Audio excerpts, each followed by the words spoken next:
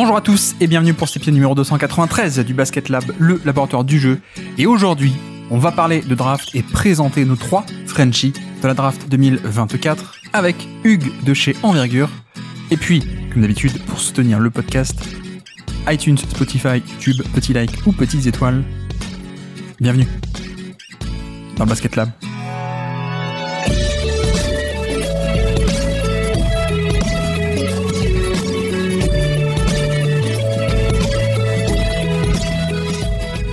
Et donc, on se retrouve pour un nouvel épisode, mais ce ne sont plus les bilans 2024, enfin on fait d'autres formats. Aujourd'hui on va parler de draft, et on va parler avec quelqu'un que vous connaissez, qui est déjà venu sur le Basket Lab, quelqu'un donc qui a la meilleure voix du PAF, je pense on peut dire, et même Jacques Monclar s'endort en écoutant ses podcasts. On reçoit Hugues aujourd'hui, comment ça va Hugues ? Bah écoute, ça va très bien, merci beaucoup pour l'invitation et pour les belles éloges. Non, vraiment, je pense la meilleure voix du game d'assez loin. Hugues, qu'on a déjà eu, t'étais déjà venu il y a 2 ans. L'an dernier, pas eu le temps de faire des podcasts de draft, mais cette année, on a 3 Français. Il faut quand même qu'on en parle, donc voilà. Hugues de Envergure, évidemment. Qu'est-ce qui se passe toujours là-bas ? Je sais qu'il y a eu pas mal de turnover chez vous, en plus, ces derniers temps. Toujours Twitch, toujours podcast, toujours le site aussi, d'ailleurs. Exactement, on essaye de faire le tour de tous les prospects NBA qui vont arriver. Donc cette année on a fait un podcast par semaine sur un scouting report, en gros par semaine en podcast. On a fait l'ensemble des joueurs draftés, je crois, avec au moins un scouting report écrit. On a fait un Twitch à peu près hebdomadaire pour faire de l'analyse vidéo de joueurs, et puis écoute, là on se tape les championnats d'été, et effectivement pas mal de turnover, et notre fierté c'est qu'on a des gars qui au fur et à mesure sont devenus professionnels et ont pu juste vivre de leurs rêves, tu vois, donc ça c'est le côté très très cool de chez nous. C'est quoi un peu la liste des mecs qui sont déjà partis ? Il y a Alan qui est parti à Santa Clara. C'est ça. Nico à Portland, non ? C'est ça ? C'est exactement. Nico, alors qui faisait ça depuis un bout de temps et qui avait rejoint le projet, il était déjà pro, mais maintenant il travaille à Portland. Et puis après, on a des mecs un peu plus jeunes dans l'équipe. On a Thomas, on a Lucas qui eux font les deux et se destinent peut-être à un truc pro si l'opportunité se présente. En tout cas, ils bossent à fond et puis ils font le tour du monde et tour de l'Europe dans des salles très obscures. Donc je leur souhaite que ça marche. Ouais. Toujours Manu aussi, qui est chez vous, qui est le nouveau chef, puisque c'est ça. Lui n'est pas devenu professionnel, mais il a dû démissionner parce que à cause du fiasco Toumani Camara. Alberto, le grand chef, il n'est plus avec vous. On embrasse Al.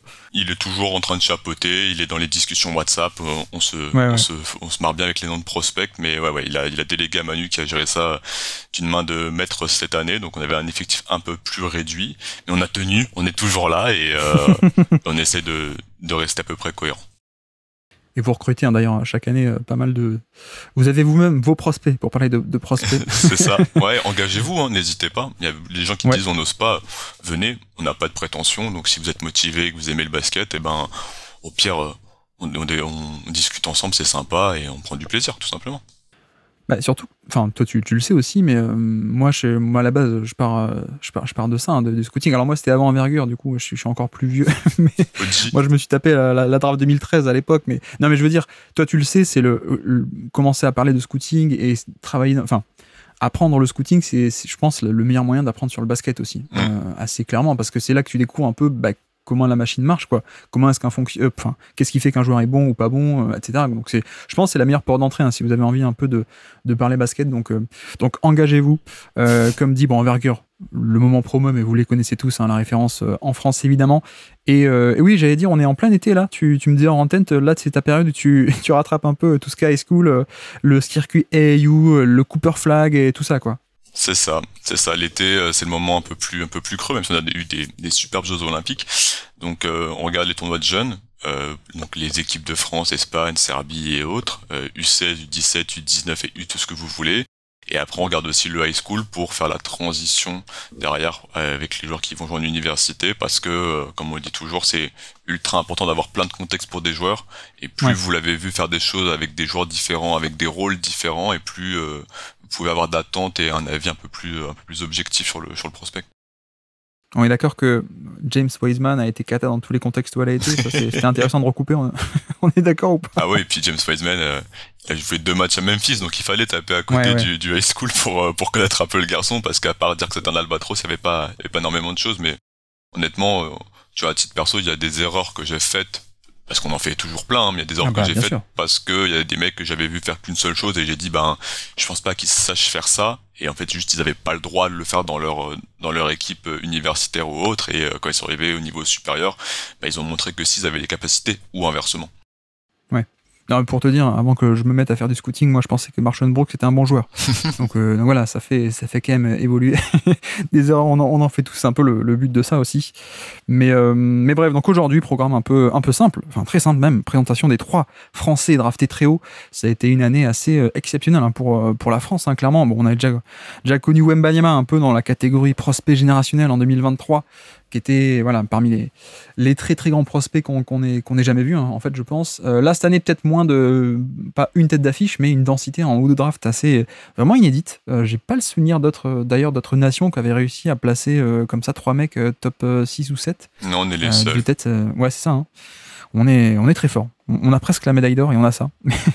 Non, mais alors avant de te lancer sur donc Zachary Rizaché, Alex Sarr et Tidjane Salin, c'est ça, hein? C'est ça, t'as mis le 2 à la bonne place, c'est bon. C'est bon. Bon, avant de détailler, on va détailler un peu leur profil rapidement. Mais non, sur la draft 2024, justement, où je sais que pas mal de gens l'ont un peu critiqué. De l'autre côté, j'ai vu aussi pas mal d'experts de draft un peu se défendre de ça et dire non, en fait, elle est aussi bonne que les autres. Comment est-ce que tu situes un peu le niveau de cette draft par rapport à d'habitude, on va dire, ou par rapport à la norme habituelle? C'est vrai que souvent, on a tendance à qualifier une draft par le nombre de joueurs qui peuvent être, entre guillemets, option numéro 1 d'une équipe ou option numéro 1 d'un projet de reconstruction. Et cette année, on sait qu'on n'en avait pas. Ouais. On n'avait pas de joueur qui pouvait être la tête d'affiche, en tout cas le gars qui va créer une attaque ou qui va créer une défense sûre. Et donc très vite on a dit c'est une draft de role player. Et c'est vrai que c'est une draft de role player. Donc est-ce que ça en fait une moins bonne sur le talent? Oui, forcément. Parce que là, les gars dont on va parler aujourd'hui sont top 10 de draft et peut-être que dans une autre QV ils auraient été top 20. Ouais. Pour nos Français par exemple ils auraient peut-être été fin de tu vois, entre 6 et 10 par exemple.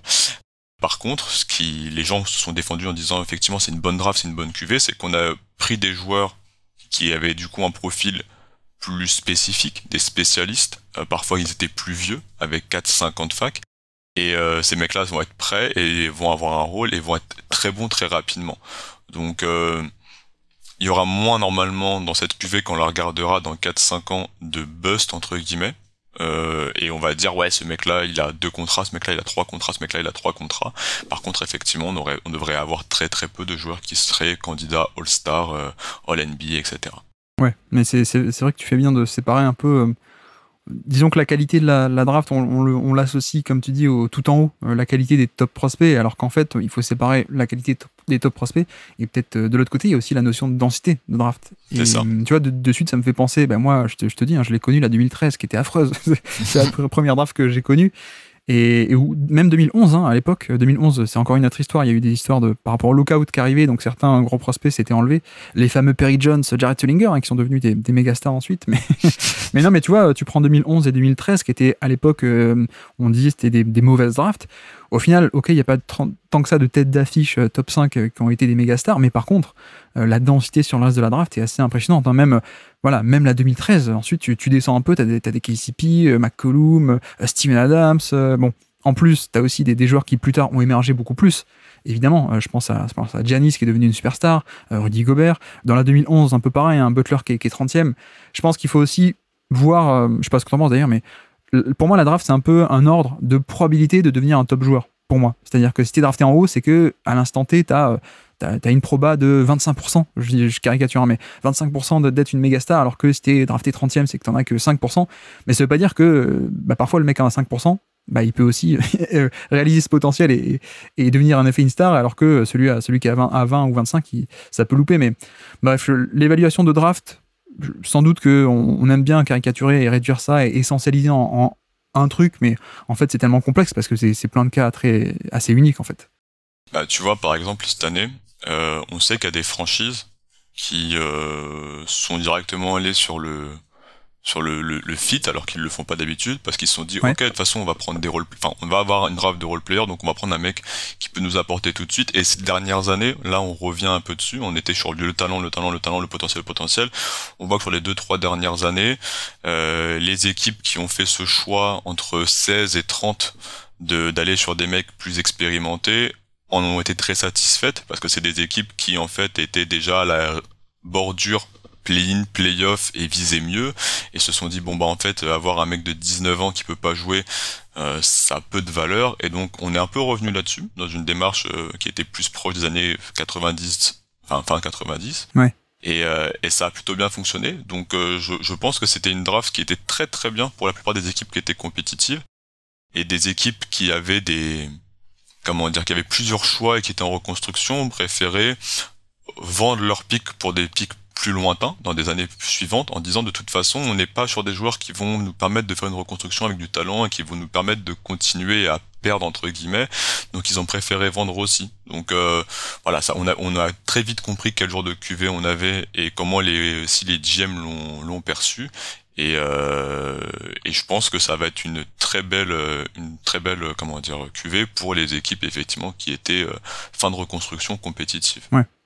La galère pour nous, comme t'avais beaucoup de joueurs qui avaient à peu près le même profil et qui se démarquaient peu, on a dû scouter encore plus de garçons que d'habitude parce que tout le monde était éligible en gros à une place dans le top 30-60 et donc là où d'habitude on fait vite fait nos tiers et on a des têtes d'affiche, on a 4-5 joueurs par tiers, c'est notre classement. Là, t'avais des fois 30 mecs dans le même tiers et donc t'as dû vraiment multiplier les profils et on a bouffé beaucoup de prospects. Ouais, une certaine homogénéité de talent qui vous a rajouté du boulot parce que on n'avait pas 15 joueurs mais 60 qui pouvaient prétendre à la même fourchette de place. C'est ça. À la draft, quoi, grosso modo. En effet. Bon, ben voilà un peu pour la qualité de la draft, un peu l'avis d'un expert que je ne suis pas parce que j'ai pas pu suivre. Donc merci de nous apporter ça. Et donc, on peut y aller, hein, Zachary Rizaché, Alexa et Tidjane Salin.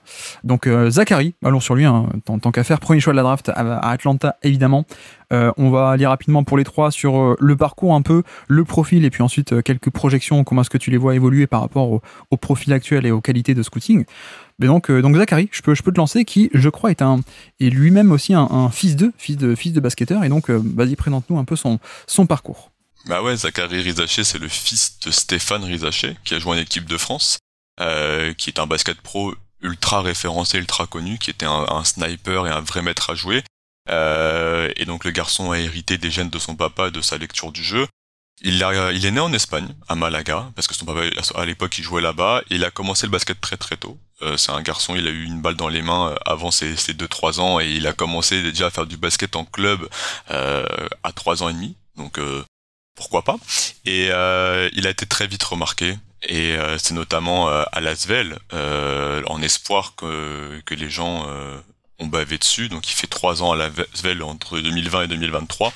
Et puis ensuite, pour sa carrière professionnelle, jouer avec des adultes, on voit qu'à l'Asvel, il y a peu d'opportunités. On fait quelques allers-retours entre l'équipe Espoir et l'équipe pro adulte. Et finalement, c'est Bourg-en-Bresse. Alors Bourg-en-Bresse, pardon, qui a la JL qui lui donne des opportunités. Donc cette année, il joue à la JL Bourg. Il devient l'un des joueurs les plus importants de l'équipe, même si c'est pas forcément le créateur principal, mais il devient un des joueurs les plus importants de l'équipe dans l'apport sur le terrain des deux côtés. Et alors c'est un garçon qui s'est pas fait sa cote de draft cette année. C'était un joueur qui était attendu très très haut depuis maintenant 4-5 ans. C'est un peu ce que j'allais te demander, c'est que même avant qu'il parte de l'Asvel, il y avait déjà cette étiquette de lui va être drafté très haut, quoi. Ouais, parce que le corps, il fait 2 mètres, entre 2m5 et 2m8, hein. Ouais. Le corps était très excitant, la longueur des bras, il a une très très belle envergure, plus de 10. Alors le poids, on sait que ça va être toujours la difficulté. Actuellement, il est estimé à 90 kg, mais c'est un joueur on qualifie de monté fin et qui a eu du mal à mettre de la masse musculaire, mais ça c'est normal parce que c'est un joueur qui a continué de grandir et on sait très bien qu'un joueur qui continue de grandir, on peut pas mettre de l'épaisseur sur son corps. Victor, il y avait les mêmes réflexions avant dans une autre proportion, hein. Donc voilà, monté fin qui va devoir se développer physiquement. Et puis c'est un garçon qui a fait quasiment toutes les compétitions équipe de France. 2022, 2023, il a les U17, les U18, les U19. Il a fait la NGT aussi avec l'Asvel, donc c'est des compétitions où en gros c'est la Ligue des champions du basket avec les clubs espoirs, hein, globalement. Ouais. Et la NGT, il a été excellent avec l'Asvel. Donc voilà, c'est un garçon, on savait qu'il allait arriver là. Et quand je suis allé le voir, la première fois que je l'ai vu, tu vois, c'était en 2021. Et il était encore tout jeune, en 2021, il avait 16 ans. Et je savais que ça allait être un top 10 de draft. Oui, il y a un côté qualité athlétique assez évident. Enfin, mensuration physique et qualité athlétique, hein, j'ai l'impression. Mais ouais, donc un peu le côté... le top prospect qu'on a vu venir, pas la surprise, même s'il a fait une bonne saison à Bourg, hein, comme tu dis, mais qui a fait les classiques de tous les tournois France U17, etc. depuis toujours, connu de la NGT. Alors d'ailleurs, tu sais qu'on a un FD qui vient sur le podcast souvent, qui est un arbitre à la NGT. Oh, trop bien. Hein, s'il nous écoute. mais voilà, un classique top prospect qu'on a vu arriver. Et alors, je t'en prie, tu peux enchaîner sur le profil. Dis-nous un peu, donc un poste 4, hein, c'est ça ? Ouais, c'est un ailier global qui va pouvoir jouer. Alors je pense que quand il va rentrer au NBA, il va, par son manque d'épaisseur, son manque de coffre, il va plutôt défendre des arrières, des postes 2, petit 3, parce que voilà, il est très très fin, et qu'ensuite à terme effectivement on ira plus sur des postes 3-4. Ce qui est incroyable avec ce garçon, ça a toujours été son tir. Alors voilà, son papa était un sniper, lui c'est un sniper. C'est un des plus beaux shoots qu'on ait pu voir dans les prospects sur les 4-5 dernières années. C'est vraiment un tir qui est quasiment parfait mécaniquement. C'est un joueur qui dégaine très vite, et les mains elles sont prêtes, qui est capable de tirer dans plusieurs positions. Donc fin de chaîne, catch and shoot, mais qui peut aussi avoir des ballons en déséquilibre, qui réarme très très vite. Il est homogène dans sa réussite sur tous les secteurs de jeu, sur tous les secteurs du terrain. Donc il n'y a pas un problème de latéralité. On a souvent ce truc de les droitiers, quand ils préfèrent shooter quand la balle elle arrive, quand ils sont côté gauche parce qu'elle arrive sur leur main forte, ils peuvent dégainer, alors que quand elle arrive sur leur main faible, et ben ils vont partir en dribble main droite, tu vois. Non, lui c'est pas le cas. Ouais, il faut se réaligner pour shooter en partant à gauche. Ouais. C'est ça. Donc on a des fois des garçons où on coupe le terrain en camembert en deux, et côté gauche il tire et côté droite il drive. Bon bah lui c'est pas le cas.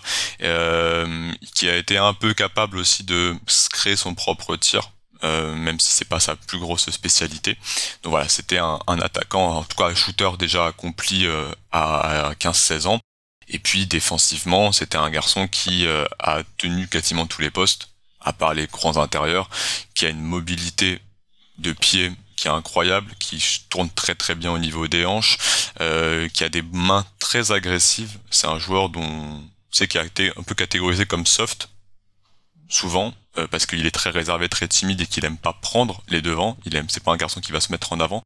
Par contre, à ce qu'on a pu voir et à ce qu'on a pu entendre de gens qui l'ont suivi individuellement, t'as pas beaucoup de garçons qui font autant de fautes que lui avec ses mains d'entraînement, parce qu'il est très agressif et qu'il hésite pas à t'arracher les bras. Ouais, il faut pas confondre personnalité hors terrain et comment tu joues sur le terrain, quoi. C'est un peu comme si tu disais N'Golo Kanté, il est pas agressif, alors qu'en fait, si, il est pas mal, quoi.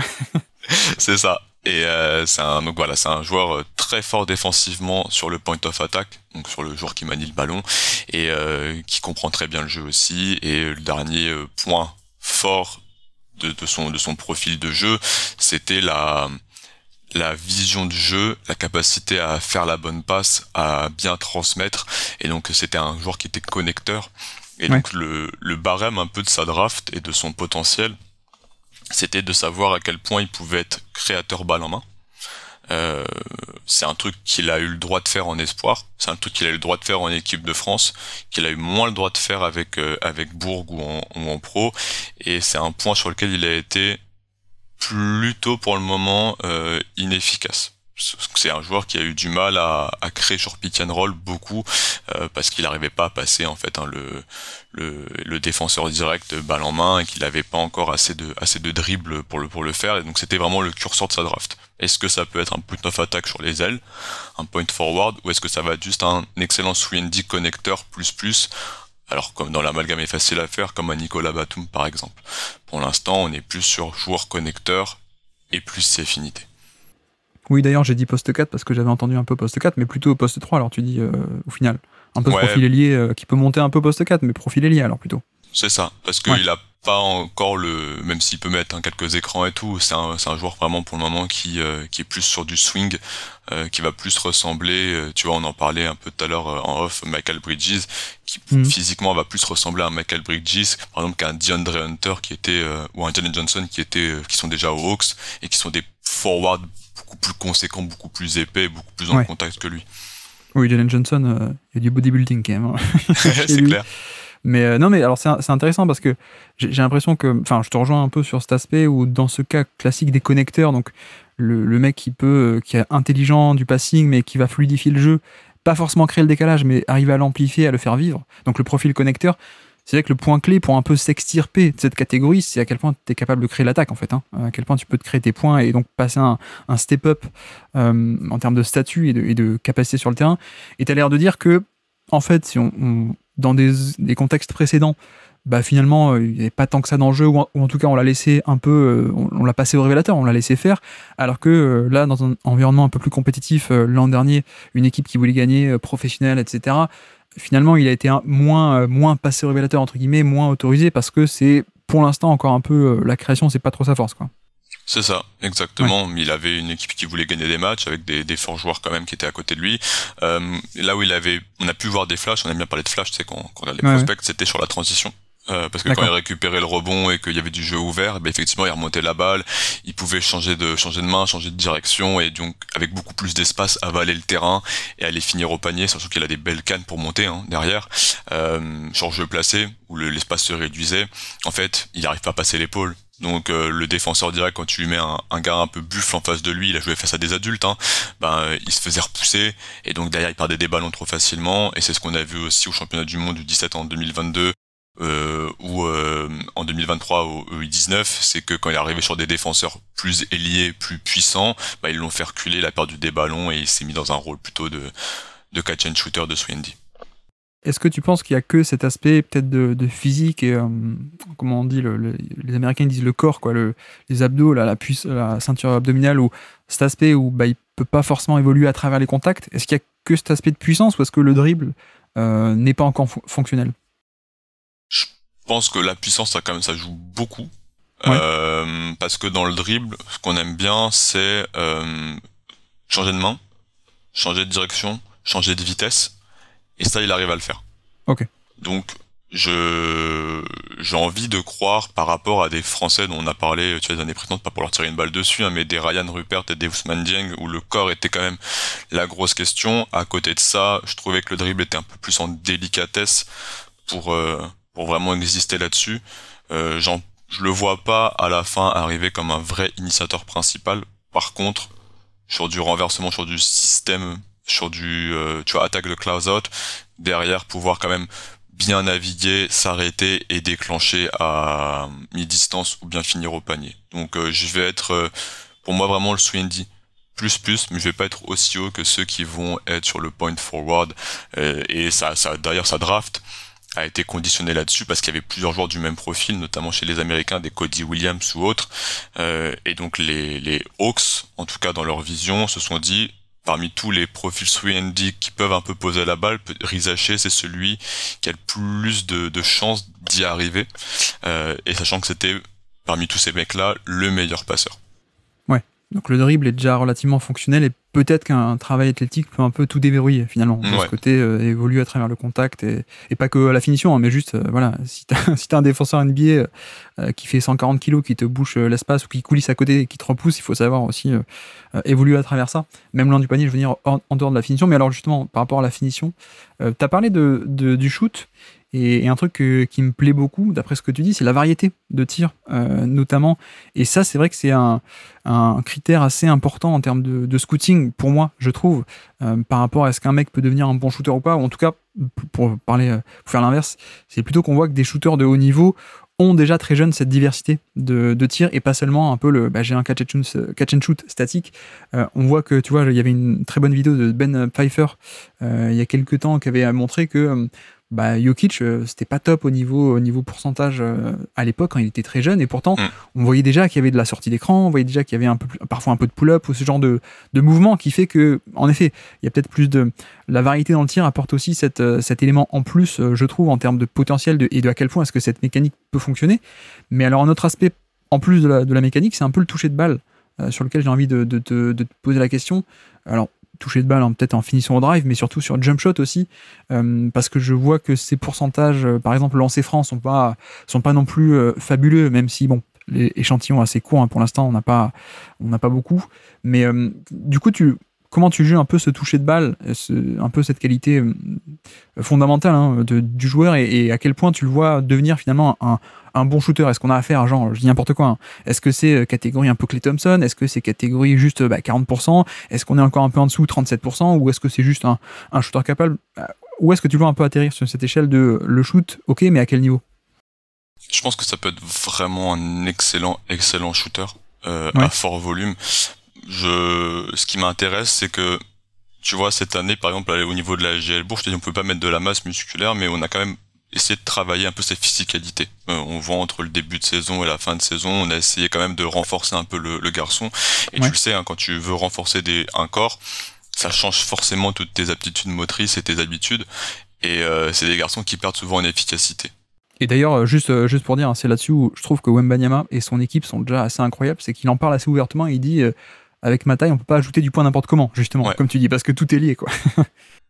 Victor, il disait qu'il avait quasiment pas shooté sur son année à Boulogne, avec les Metropolitans, qu'il a quasiment pas travaillé son tir parce que de toute façon on changeait son corps, on était en train de faire une adaptation et que en fait ça servait pas à grand chose et que il y avait tellement de modifications qui étaient faites qu'on pouvait pas travailler dessus. Donc il a dit je passe une année à quasiment pas shooter et je le ferai en NBA ensuite, et on voit que ça se remet un peu plus en place. Donc Zachary, cette année, tu vois, sur l'année 2023-2024, on a été en Eurocup à plus de 56% de réussite à 3 points sur 3 tentatives par match. Alors c'est pas un énorme échantillon, c'est 60 tirs, mais il a été incroyable, et au niveau de la GL Bourg, il a été à 38% de réussite alors qu'il était ciblé et qu'il avait quand même modifié. Donc moi je pense qu'il y a vraiment un toucher supérieur. Okay. Là aussi ce qui est assez intéressant, c'est que on a un joueur, tu vois, qui a un peu une bonne proprioception et une bonne aussi visualisation de l'espace sur le terrain. Et quand on a des défenseurs qui vont forcer sur le closeout, tu vois, il est capable de les faire une feinte de tir. Je pose un dribble, je décale, je tire. Ou bien je fais un jab step, je tire. Ou bien j'attaque le closeout, je m'arrête à mi-distance et je prends un shoot. Donc on a un garçon qui, c'est pas ça. Enfin, il a l'intention de tirer, mais il va pas être en tunnel vision, et il peut faire autre chose derrière et comprendre après où il peut marquer ses points. Donc ça va lui permettre d'avoir encore plus d'espace qu'un shooter spécialiste qui sait faire que ça. Et d'ailleurs, on avait cette discussion chez Envergure, et c'est un sujet que j'aime bien, et si un jour t'as envie de faire un podcast là-dessus, moi j'écouterai avec volontiers, c'est comment les snipers aujourd'hui NBA, c'est les spécialistes de tir. En fait, on regarde ça, c'était quasiment des stars qui faisaient tout au niveau inférieur, notamment universitaire, et que les mecs qui étaient déjà des spécialistes au tir au niveau universitaire, ils ont pas passé le cap de la NBA. Que on a plus de scénarios où des mecs qui étaient à 33% à l'université sur du shoot à 3 points et qui étaient des très forts mecs dans le dribble sont devenus des mecs à 40% NBA, alors que les mecs qui étaient à 45% universitaires en fait n'ont jamais existé en NBA. Et donc c'est bien pour Zachary et d'autres joueurs. Ce côté de la variété du shoot dont on parlait, donc c'est ça. Ouais, d'avoir de la polyvalence offensive, parce que si tu sais faire qu'un truc, même si t'es excellent, tu seras pas drafté et tu seras pas sur le terrain. Globalement, c'est ce que montre l'histoire restante sur les prospects. Ouais, tout à fait. Ok, avant de passer aux projections un peu long terme, ou de un peu tes paris, ou voilà le futur, défensivement, quel est un peu le profil? Je me souviens qu'il y a 2 ans, tu nous avais tout détaillé par rapport à Jabari Smith notamment. Le côté bon on-ball, mais pas forcément aussi fantastique que ça off-ball. Où est-ce qu'on en est, Rizaché? Est-ce qu'on est sur un mec qui est juste face au ballon, mais qui est un peu perdu en défense off-ball? Ou est-ce qu'on est l'inverse? On est Robert Covington, qui va avoir une activité de malade, mais appui un peu lent face au ballon. Où est-ce qu'on en est alors défensivement? C'est un garçon défensivement qui a plutôt été mis sur le porteur de balle, qui a été très à l'aise là-dessus, qui avait du mal forcément à traverser les écrans parce qu'encore une fois, le corps, mais qui a vraiment des segments très très longs, là où il est très bon, c'est il sait qu'il est grand, il bouge bien, mais il n'est pas non plus à la mobilité des tout petits, et donc il va laisser quelques pas d'écart, mais il sait qu'il va les rattraper. Donc tu vois, encore une fois, il a bien conscience de son corps, il sait comment il peut récupérer son attaquant, et donc il se place en position déjà un petit peu par défaut de battu pour derrière te rattraper. Donc ça j'aime bien. Loin du ballon, il est pas trop obnubilé par la balle. C'est pas un garçon qui va tout le temps suivre le ballon, voir ce qui se passe. Il joue pas trop la carotte non plus. Il est assez appliqué. Non, je pense que c'est un vrai bon défenseur, et ce sera un vrai bon défenseur surtout sur l'homme, sur les postes. Ouais, je pense qu'il va commencer par des deuxièmes arrières, et qu'ensuite il va monter un petit peu, et qu'il pourra switcher au fur et à mesure. Et tout ce qui est protection de panier un peu secondaire ou quoi, il y a pas forcément encore quoi. Il n'était pas trop utilisé dessus. Maintenant, il a une détente verticale, il monte très haut, il a des très grands bras, il est bien dans l'aide. C'est un garçon, tu vois, qui fait la rota et qui va se présenter verticalement au sol, qui va lever les bras et qui va essayer de prendre le contact. Donc, il est clairement polyvalent. Voilà, je pense pas qu'il y en aura beaucoup d'erreurs de Rizaché. D'ailleurs, s'il gagne des minutes en départ, ce sera pour son tir et sa défense. Plutôt que pour la création. Je pense que tout de suite il va rentrer, on va lui dire ok, ce gars-là, tu vas te le coltiner, et vas-y, montre-nous ce que tu peux faire sur un Jordan Clarkson, sur deux profils là. En plus, d'après ce que tu as l'air de dire sur le côté passing et intelligence en attaque, a priori c'est un peu les mêmes qualités quoi. Donc ça me rassure un peu sur le côté défense sans ballon. Si y a ce QI basket en fait, beaucoup de défense sans ballon, c'est aussi comprendre les mécanismes de ce qui se passe sur le terrain et pas être perdu. Et donc en général, les mecs ont un bon QI en attaque, ils l'ont aussi un peu en défense quoi. Et puis je suis en train de regarder, alors, on n'a pas de steal percentage, en tout cas pas sur Basketball Référence, mais je vois qu'on est un peu moins de 1 steal par match, mais sur 18 minutes par match en moyenne sur ces 3 dernières saisons. Et l'an dernier, c'est quoi? Ouais, c'est 0,8 en 22 minutes. Donc, c'est quand même pas mal. Ça aussi, c'est indicateur de style. Donc, là encore, indicateur qu'on aime bien recouper parce que si tu fais des interceptions, c'est que tu as plutôt un bon QI défensif, notamment. Donc voilà. On peut passer sur la projection alors, à moins que tu aies autre chose à rajouter sur le profil, tu me dis. Mais moi, j'aime bien toujours un peu ce même petit jeu.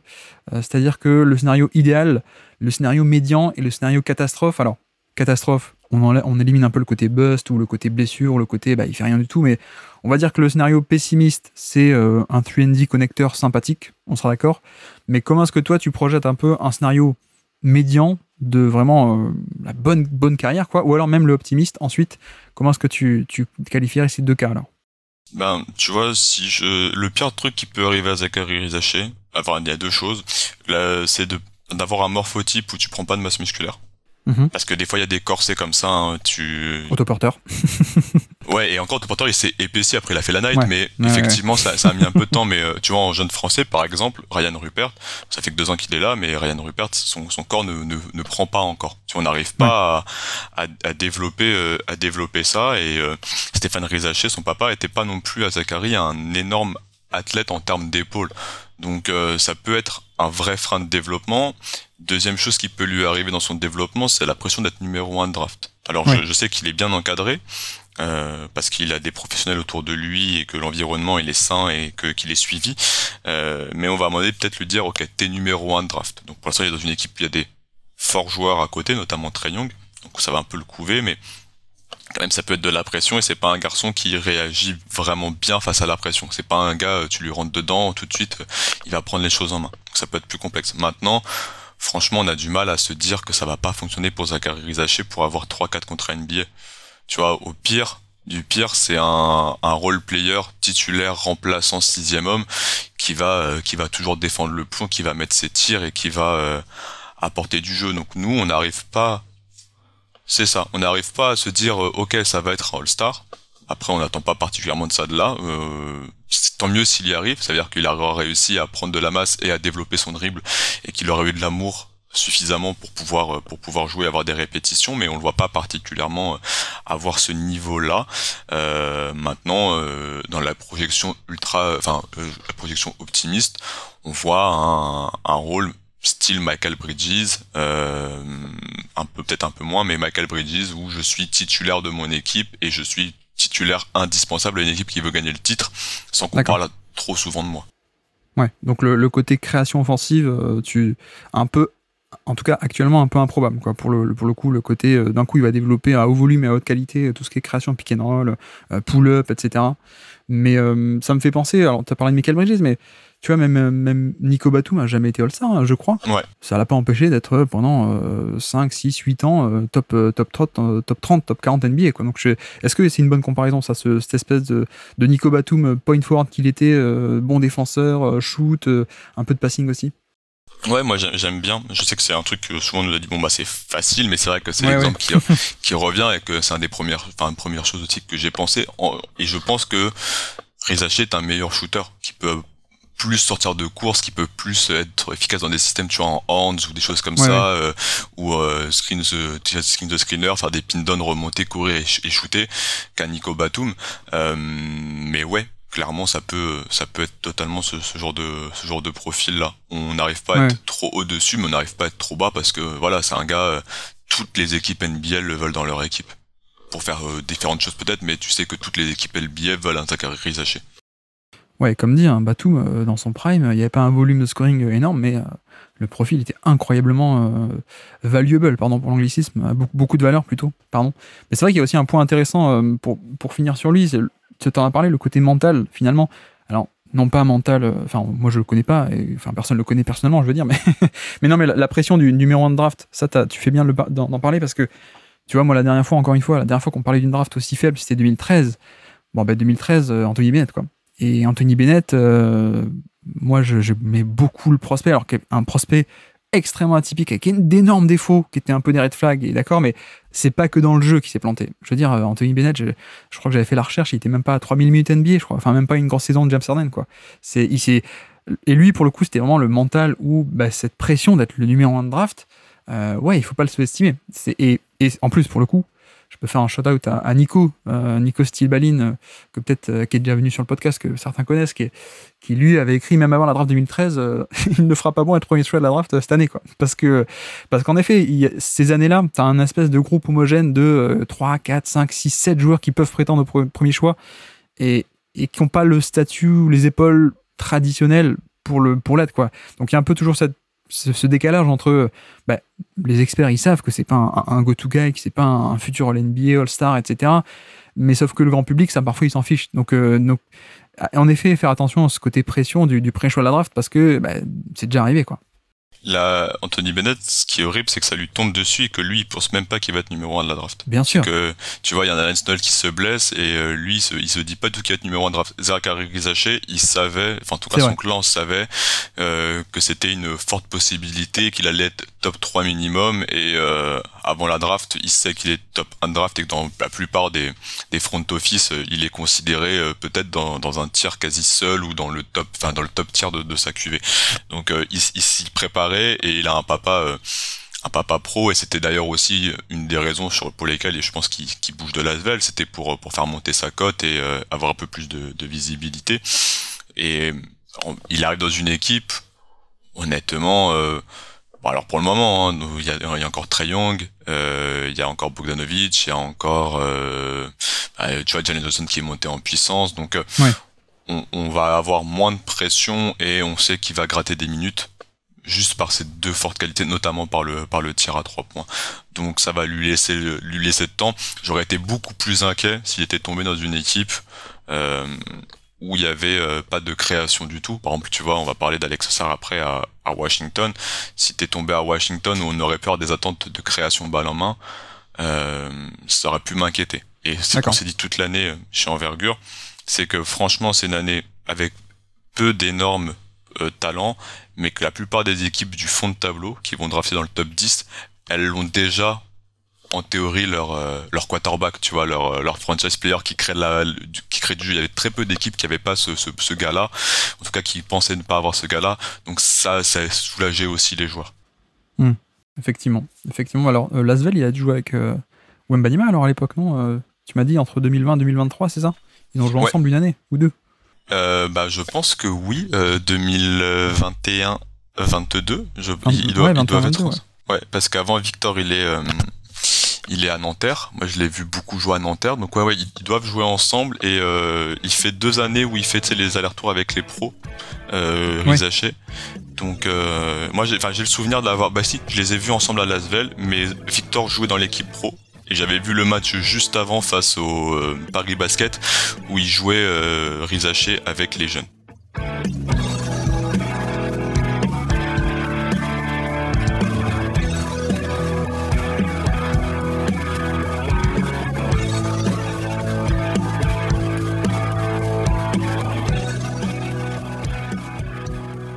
Donc voilà pour Zachary Rizaché. On peut passer au deuxième de cette draft, Alex Sarr. Donc avant que tu nous fasses un peu le parcours, en plus le parcours est compliqué, moi de l'extérieur, moi je te dis ce que j'ai entendu, hein. Je j'ai pas trop suivi la draft cette année, j'ai entendu que potentiellement c'était lui le meilleur prospect de la draft, mais que lui il voulait pas aller à Atlanta, donc Atlanta finalement est allé sur Rizaché, mais qu'en fait c'était lui le meilleur des deux, mais voilà. Par rapport à ça, toi qui connais le milieu, qui a suivi, etc., ou est-ce que c'est juste des rumeurs comme ça, ou est-ce que il y a un peu de fondement? Qu'est-ce qu'il en est de cette histoire alors? Alors je sais pas s'il voulait pas y aller, ça a été un peu ressorti effectivement. Il avait workout quand même, je crois, et les deux joueurs étaient dans le top tier de toutes les franchises avec qui on a pu un petit peu discuter, échanger ou voir. Donc c'était quand même 2 gros candidats. Ce que je disais, on a fait la soirée draft chez la First Team. Ouais. Ce que je disais, c'est que c'était le prospect par excellence de la QV. Dans le terme prospect, tu vois, où il y a tout à faire et la théorie quoi. C'est ça. L'idée, Alex Sarr, c'était la plus belle des idées de cette QV. Mais les garanties, c'était peut-être les plus faibles garanties de ce top 5-6 de la draft, enfin même top 7 de la draft quand même elle s'est déroulée. Ouais. Mais bon, après on n'en saurait pas plus sur ces coulisses peut-être. Mais bref, donc passons ça. Allons sur le parcours alors directement, puisqu'en plus son parcours est assez atypique, assez particulier. Lui, il a beaucoup baladé avant d'atterrir là où il est actuellement. Dis-nous un peu par où il est passé avec, je crois donc lui aussi un bagage connu depuis longtemps, annoncé fort depuis longtemps, mais qui du coup a aussi beaucoup voyagé pour avoir du temps de jeu et une cote. Ouais, parce que Alex Sarr, on connaît le grand frère, Olivier, qui a fait des piges en NBA, notamment avec OKC, plus Angelique, avec le OKC Blue, et puis avec un peu Portland aussi. Et donc, Alex Sarr, c'est un garçon, donc 2m16, 102 kilos, qui est né, donc c'est un 2005, tout jeune garçon, 26 avril 2005, il a 19 ans, il est de Bordeaux, et donc il a fait plein de clubs professionnels différents, en tout cas plein de clubs de développement différents dans sa jeune carrière, et il a beaucoup tourné, et il se fait repérer dans les années début 2020 et il va au Real Madrid, qui est une maison du développement du basket jeune à tous les niveaux, que ce soit pour la NBA mais aussi pour le basket européen. Quand vous regardez les ANGT du Real Madrid, vous retrouverez des joueurs derrière qui vont aller en NBA ou qui vont être en Euroleague à très haut niveau. Il profite de faire son année au Real Madrid pour ensuite se faire attirer dans les filets de la Overtime Elite. Alors si tes auditeurs ne connaissent pas la Overtime Elite, c'est ce que NBA 2K aimerait faire en vrai. C'est horrible, c'est tout est fait pour la starification d'adolescents lycéens, mais en les payant. Donc tu peux jouer dans des équipes, par exemple les cœurs gelés face aux jeunes rêveurs, face aux faucheurs d'âme. Enfin, tu vois, c'est vraiment du My Park. Mais on est d'accord que c'est pas pareil que la Ignite. Que ça, c'est une équipe. Ouais. De la D-League, une équipe qui avait été organisée par la NBA, maintenant c'est fini d'ailleurs, mais c'est pas pareil, la Ignite Team qui fait partie de la D-League, développement de ligue, et de l'autre côté, donc cette Overtime League, c'est encore un truc à part, c'est vraiment une ligue à part entière de NBA 2K, comme t'as dit. C'est ça, la Overtime Elite, en fait, elle s'est inscrite dans donc c'est un partenariat qui avait été fait, je crois, avec en plus Amazon Prime, donc il y avait vraiment un truc de business, de marketing derrière, de vendre des images de jeunes très fortes et de concurrencer encore une fois l'université en proposant des gros salaires. Alors du coup, ce qui s'est passé ensuite, donc la Ignite a fait ça, la NBA a fait ça, Overtime Elite s'est placé là-dessus, et ensuite du coup la NCAA c'est un peu plié, c'était le but de toutes ces ligues-là, et a permis clairement, parce que c'était... Donc pour ceux qui le savent pas, les étudiants athlètes n'avaient pas le droit de vendre leurs images pour faire de la publicité, faire du contrat au départ, et c'était les seuls universitaires qui pouvaient pas faire ça. Si tu faisais des études dans la cuisine, tu pouvais très bien vendre ta tête et ton nom pour, je sais pas, si t'es à la fac de Michigan et que tu fais des études de cuisine, pour des chocolats. T'avais le droit. Ouais, il y avait des histoires de mecs qui étaient youtubeurs et qui, en fait, non, tu peux pas parce que t'es dans l'équipe de foot ou de basket. Et ouais, donc, mais au-delà des salaires, ça allait jusque-là, quoi, les côtés restrictions, quoi. Ouais, c'est que ton image, elle appartenait à la NCAA et que t'avais pas le droit de vendre ton image, donc ton nom et ton prénom t'appartenaient pas comme un produit. Et donc là-dessus, ils sont revenus avec derrière donc la NIL, la NIL, qui permet de financer. Et donc Ignite se casse la tronche par la suite, et Overtime on verra. Mais bref, Alex Sarr, il choisit cette opportunité-là. Donc il joue contre des lycéens qui ont entre 15 ans et 19 ans. Les frères Thompson, par exemple, Amen et Ozar, ils ont joué contre des mecs de 15 ans, ils leur ont cassé la gueule. Ah, forcément, parce que c'était les plus grands, les plus vieux, les plus athlétiques. Et donc il joue pour cette équipe Overtime. Il en fait 2 ans là-bas. Et à la fin de ces 2 ans, il y a une proposition de la NBL, donc la Ligue australienne, qui a des contrats qu'on appelle les contrats Next Star. C'est en gros les contrats prospect qu'on va offrir, qu'on a offert à la Melo Ball, qui était un des premiers, et puis qu'on a offert aussi à Ousmane Dieng, à Hugo Besson, à Ryan Rupert, à Josh Giddey, etc. Et pour vendre ton image, donc il est parti du côté des Perth Wildcats, où il a eu un rôle. Et donc c'était une star de l'équipe, mais il avait un petit rôle, il jouait 18 minutes par match, et il était souvent remplaçant, et en plus il a eu une blessure. Donc il avait un petit temps de jeu, mais on l'a très très très bien mis en avant, on a tout fait pour vendre ses flashs, clairement, et dans une ligue où tous les matchs sont accessibles en replay gratuitement partout dans le monde. Donc c'est un vrai fonds marketing qui est très bien mis en avant depuis plusieurs années par la NBL, et donc le garçon a montré toute sa potentialité, et il a été annoncé depuis le début de saison comme un top 5 de draft, sachant qu'il a pu jouer en plus quelques matchs contre des équipes tu vois universitaires ou des équipes de G-League et tout, et qu'il avait été plutôt intéressant. Ouais, il y a eu des crossovers, quoi, entre ligues, ouais. Okay. Et après, il a fait un peu d'équipe de France. Alors, c'est pas celui qui a fait le plus d'équipe de France, mais il était quand même là en U16. Donc, il fait aussi les U17 en Coupe du Monde, et il fait Coupe du Monde U19, où il fait médaille d'argent aussi. Donc, c'était pas forcément le joueur le plus en vue de base, mais par sa mobilité, son talent, on l'a beaucoup aperçu. Alors, ça qu'on l'a pas dit au début, mais le plus gros prospect de leur génération, c'était ni Rizaché, ni Salin, ni Sarr de base. C'était, alors je vais pas dire de bêtises, je crois que c'était Malwaya, je confonds souvent, qui a pas eu un début de carrière escompté. Voilà, Ken Malwaya, qui a pas eu un début de carrière pour l'instant aussi grand que ce qui était annoncé au Paris Basketball et autres, mais c'était pas du tout ces deux garçons-là qui étaient les plus cotés de base. Parmi les Français, hein, tu veux dire, hein, c'est ça. Pas en général, mais parmi les Français, c'était... Ouais, okay. C'était Kylian Malwaya qui devait être normalement l'énorme Français de leur génération, un des 2005. Et puis finalement, lui, il a un peu peiné. Et donc, Rizaché, par sa sûreté, s'est mis en avant. Alex Sarr a continué son développement de physique et sa mobilité. Et puis, Salin est arrivé un petit peu comme un cheveu sur la soupe, moins attendu, mais très très solide. Et pourquoi est-ce que tu penses c'est que le côté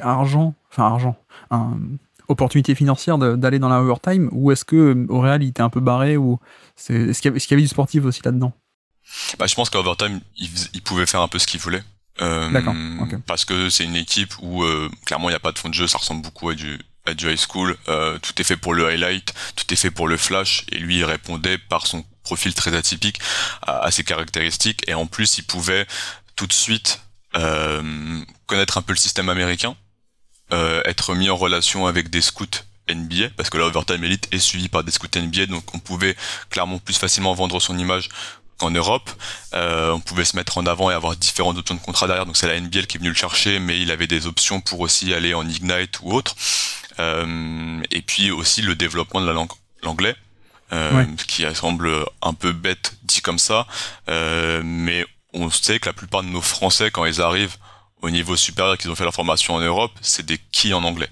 Ils maîtrisent pas. Et donc c'est un développement qui peut être un peu plus compliqué, là où l'Australie et les États-Unis sont une bonne chose. En Rizaché, il parle couramment l'anglais. En tout cas, il le parle plutôt bien parce que le papa l'a formé là-dedans. Sarr, c'est impeccable. On a d'autres Français sur les 3-4 dernières QV. Bon, je pense à Juan Bégarin, par exemple, drafté par les Celtics. Quand il est drafté, il parle pas anglais. Il fait une année de stage. Il parle toujours pas anglais, donc ça pose difficulté ensuite pour que les franchises les incluent dans le programme de développement. Ça fait partie des des problématiques de la vie de tous les jours auxquelles on pense pas forcément. On est focus basket, mais effectivement, il faut savoir parler, même sur le terrain d'ailleurs, au final. Donc voilà un peu pour son parcours ancien, connu depuis longtemps, donc Real Madrid, c'est pas rien. Mais donc sur le profil, dis-nous un peu qu'est-ce qu'il en est. Lui, c'est un pivot pour le coup. Alors je peux te dire non dès le début ou pas? Vas-y, mais vas-y. C'est la taille d'un pivot, mais c'est un extérieur qui a la taille d'un pivot. Tu vois, il y a des joueurs, on dit souvent, qu'ils jouent plus grand que leur taille. Tu sais, il y a les petits meneurs qui, on a l'impression qu'ils font genre 2m03 parce qu'ils défendent des titans. Alex Sarr, il joue plus petit que sa taille. C'est un très grand, mais dans le profil de jeu, vous avez un intérieur, entre guillemets, ultra mobile. Un intérieur en 2 mots. C'est ça. Qui est capable de switcher sur quasiment tous les profils, qui est une seconde lame incroyable dans la dissuasion en second rideau, qui a énormément de qualité sur du face-up, très à l'aise pour tirer face à son défenseur direct, soit parce que le défenseur qu'il va avoir est un ailier au extérieur et donc il va être capable de tirer par-dessus, soit parce que c'est un grand et qu'il a la mobilité pour essayer de le dépasser en double. Par contre, tout le travail d'intérieur chez Alex Sarr, c'est pas en place pour le moment, et c'est pas quelque chose sur lequel il semble vouloir aller, en tout cas sur lequel il est à l'aise. C'est un garçon qui sait pas se positionner au rebond pour le moment, qui capte beaucoup par la taille. C'est pas un garçon c'est un garçon qui se fait plutôt enfoncer, et c'est un garçon surtout quand il a été utilisé sur pick and roll en tant qu'intérieur poseur d'écran, on a switché dessus. En Australie, donc des adultes, mais on a switché dessus. Et moi, je me rappelle d'un match où il y a Mathieu Delavedova qui est là en fin de vie, tu vois, et il est face à Delavedova, il est sous le cercle, et il n'arrive pas à le prendre dos au panier. Tu vois, vraiment, pour lui, c'est pas naturel de se dire, ok, je vais me mettre dos au panier, je vais t'enfoncer, puis je vais pouvoir terminer. Faut que je shoote face à toi. C'est vraiment du touquet, encore une fois. Je ne sais pas me retourner, faut que je prenne du tir. Et donc, c'est un joueur qui joue comme un extérieur et qui n'a pas encore conscience de sa taille. Ce qui recoupe un peu avec le parcours que tu nous as décrit, où il n'y avait pas forcément de stabilité. En plus, s'il passe par la Overtime Elite, il n'y a pas forcément beaucoup de développement, je suppose, peut-être. Donc peut-être il y a cet aspect très grand, mais qui n'a jamais appris à s'en servir, comme souvent le disent les Américains depuis 20 ans dehors. On ne sait plus former des grands. Mais si en plus, le mec, il fait plein de ligues différentes et des contextes différents, il n'a peut-être pas jamais pris le temps de faire ça, quoi. Ouais, totalement. C'est vrai que c'est un garçon, il n'a pas appris à jouer avec sa taille, il n'a pas appris à jouer comme un intérieur. Il a encore continué de grandir, donc encore une fois, prise de masse musculaire compliqué. Il fait 102 kilos, mais on le voit vraiment, il est flué. Et je prends un peu d'avance, mais on en reparlera un peu après. Tu vois, il arrive à Washington. Les gens disent ok, on prend un intérieur, et tout de suite Washington va signer un free agency à Jonas Valanciunas. Les gens se disent je comprends pas. Toi, tu comprends. Ouais, le message il est clair, c'est tu lui trouves un partenaire pivot pour au début jouer à côté ou en relais, apprendre le métier et le protéger. C'est un garçon qu'il va falloir protéger. Et dans les profils des dernières années, on a eu Evan Mobley, on a eu Jabari Smith. Ouais, j'allais le dire, ouais. D'après ce que tu nous dis, ça me fait beaucoup penser à Jabari Smith, qui est très grand, qui a du pull-up, mais qui a du mal à driver et aller au panier, en fait. C'est ça. Et par rapport à ces garçons-là, il est en retard dans le jeu d'intérieur. Tu vois, okay. Mobley avait plus de fondamentaux d'eau et comprenait mieux comment se positionner au rebond, comment protéger son cercle. Jabari Smith, c'était plus une question de taille au départ, parce qu'il était à 2,06 quand il arrivait en universitaire, et puis il prenait un peu en taille, mais son papa était un Jabari Smith senior, était un vrai pivot, enfin un ailier fort des années 2000, mais un pivot aujourd'hui, 230 kilos. Donc il y avait ce côté-là. Victor, est un mec à part, mais Chet Holmgren était un intérieur de métier, donc le côté monté très fin. Voilà, Alex Sarr, il a du retard, et pour l'instant c'est vraiment un poste 4, mais qui a la taille d'un pivot, et qui va un peu devoir apprendre à se faire mal pour pouvoir faire mal aux défenses adverses. Ouais. Non mais je vois totalement un peu cet aspect où, comme dit, Jabari Smith, c'est un peu de ce profil-là aussi, mine de rien, le profil théorique, c'est le grand qui est athlétique et qui est mobile, mais dans les faits, peut-être que le post-up n'est pas trop là, le côté driver pour aller jusqu'au panier, avoir une haute fréquence de tir au panier, il n'y a pas trop ça. Donc il y a peut-être un peu il y a de la théorie. D'ailleurs, je sais pas à quel point tu accordes de l'importance à la Summer League, toi. Mais tu vois que c'est vrai que moi j'avais vu au-delà du côté efficacité, ça je m'en fiche un peu, le fait qu'il ait fait des 0 sur 15 ou bon oui c'est ok, mais c'est vrai que tu vois sur la sélection de tir, je l'ai vu faire plein de pull-up et plein de trucs comme ça, et je me suis dit est-ce que c'est juste bon bah je m'en fous de la Summer League ou est-ce qu'il y a peut-être un côté dans son jeu de comme tu dis de grand qui aime bien être dans le périmètre et prendre ce genre de un peu de tir compliqué de jump shot plutôt que d'aller au panier ou autre quoi. Ah, c'est ce qu'il a toujours fait. Franchement, oui, en Summer League, effectivement, il y a pas de création, il y a pas de système et tout, mais c'est ce qu'il a fait aussi en Australie. En fait, en Australie, les pauvres fois où il a marqué près du panier, c'est parce qu'il prenait un rebond offensif et qu'il était plus grand que son défenseur et qu'il montait dessus. Mais c'est un jour, ou bien qu'il était oublié sur la transition et qu'il pouvait dans le trailer aller dunker, mais il a plus d'ailleurs été utilisé comme poste 4, hein, même en Australie, qu'en tant que pivot. Donc c'est un vrai joueur de périmètre, donc c'est le fantasme du 5 out. Mais on sait, tu vois, même un joueur plus âgé, Jaren Jackson Jr. par exemple, c'était cette idée quand il est drafté à Michigan State. Après Michigan State, c'était de dire je peux avoir un pivot qui peut tirer. Bon bah jusqu'à cette année encore, on était sur un joueur qui avait pas réussi à jouer pivot parce qu'on mettait un grand à côté et on l'avait toujours protégé comme ça. Donc Alex Sarr, cette idée de 5 out et d'avoir un pivot qui peut tirer, si ça arrive un jour, moi je pense pas que ça puisse arriver un jour pour Alex Sarr, mais d'être un pivot, d'autres chez nous pensent que pourquoi pas, ce sera pas avant 4-5 ans. D'accord, donc toi tu vois pas forcément, parce que voilà, ce qu'on aime bien, tu vois, notamment avec un Brook Lopez, la différence entre un Brook Lopez ou un Rudy Gobert, c'est que Brook Lopez, il y a le spacing, certes, mais surtout, face à des schémas de switch, Lopez, tu peux lui donner la balle et puis il peut aller un peu au post-up, quoi, pour attaquer un mismatch ou punir. Là où Gobert, ça a toujours été un peu le problème. Toi, tu penses qu'il peut développer un minimum, en tout cas, ou alors même ça paraît compliqué, sur cet aspect de... il va rester qu'un jump shooter, un peu comme, pour l'instant, Jabari Smith, un peu Porzingis, d'ailleurs. Je pense que le toucher, tu vois, la finition près du panier sur un retourné, sur du hook, sur du bras roulé, il peut l'avoir parce que c'est un joueur qui a beaucoup de toucher et qui a beaucoup de finesse dans son jeu et que voilà, ça il l'utilise bien, il a des beaux bras.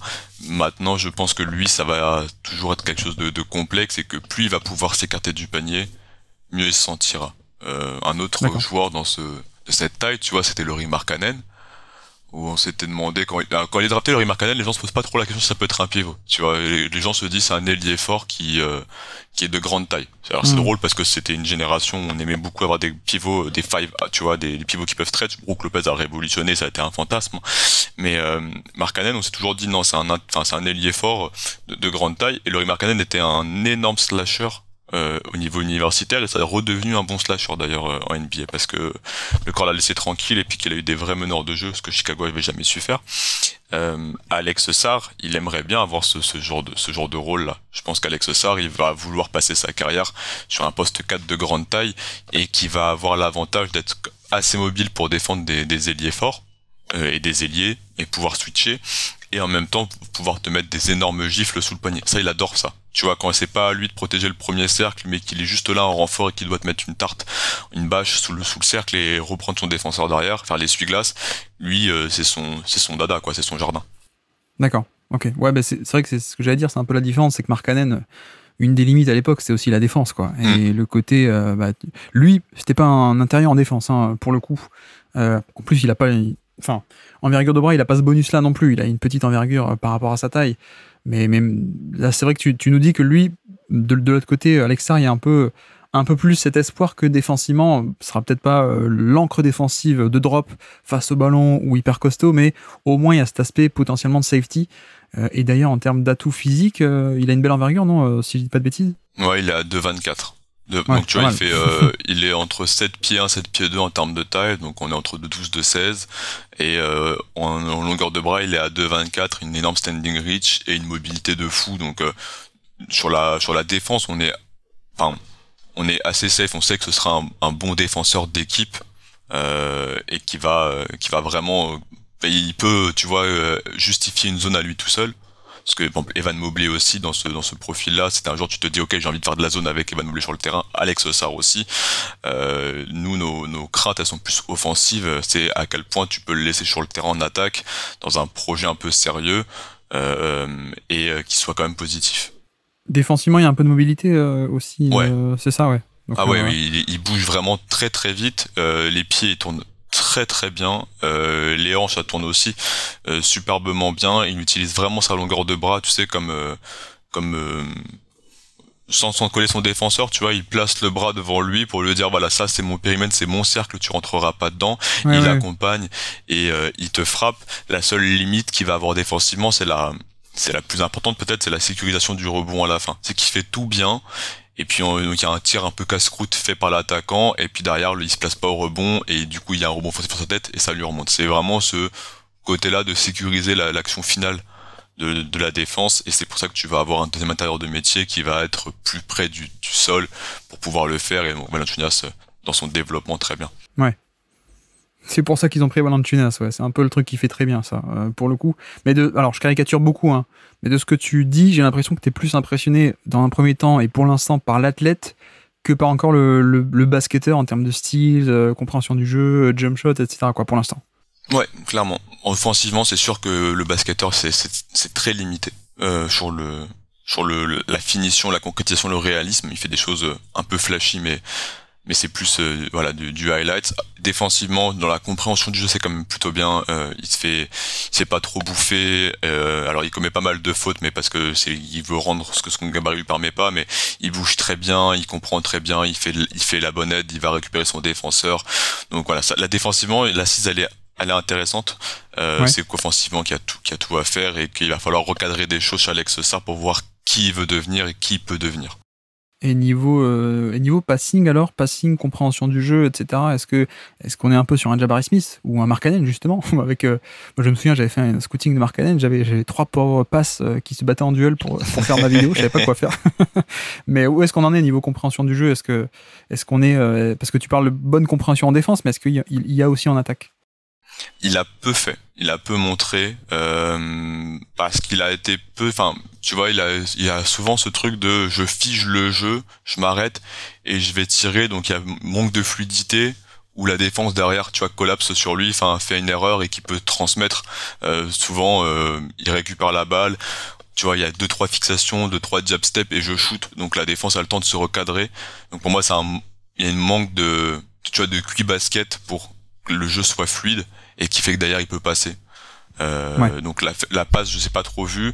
Et puis il fait des mauvaises décisions avec son dribble quand il essaye de créer du décalage qu'il essaie de créer pour lui-même. Bah voilà, son dribble il est encore trop haut, il sait pas encore changer de main, changer trop de direction et donc il perd la balle et derrière il se prend un panier en transition. Donc c'est encore très très raw très brut dans le texte. Ouais. Donc, d'après ce que je comprends, le shoot était un peu. T'y crois pas pour un niveau d'élite en tout cas, peut-être pas de suite. Un très bel athlète. J'ai l'impression que toi, tu penchais plutôt sur Rizaché que sur Sarr alors, au final.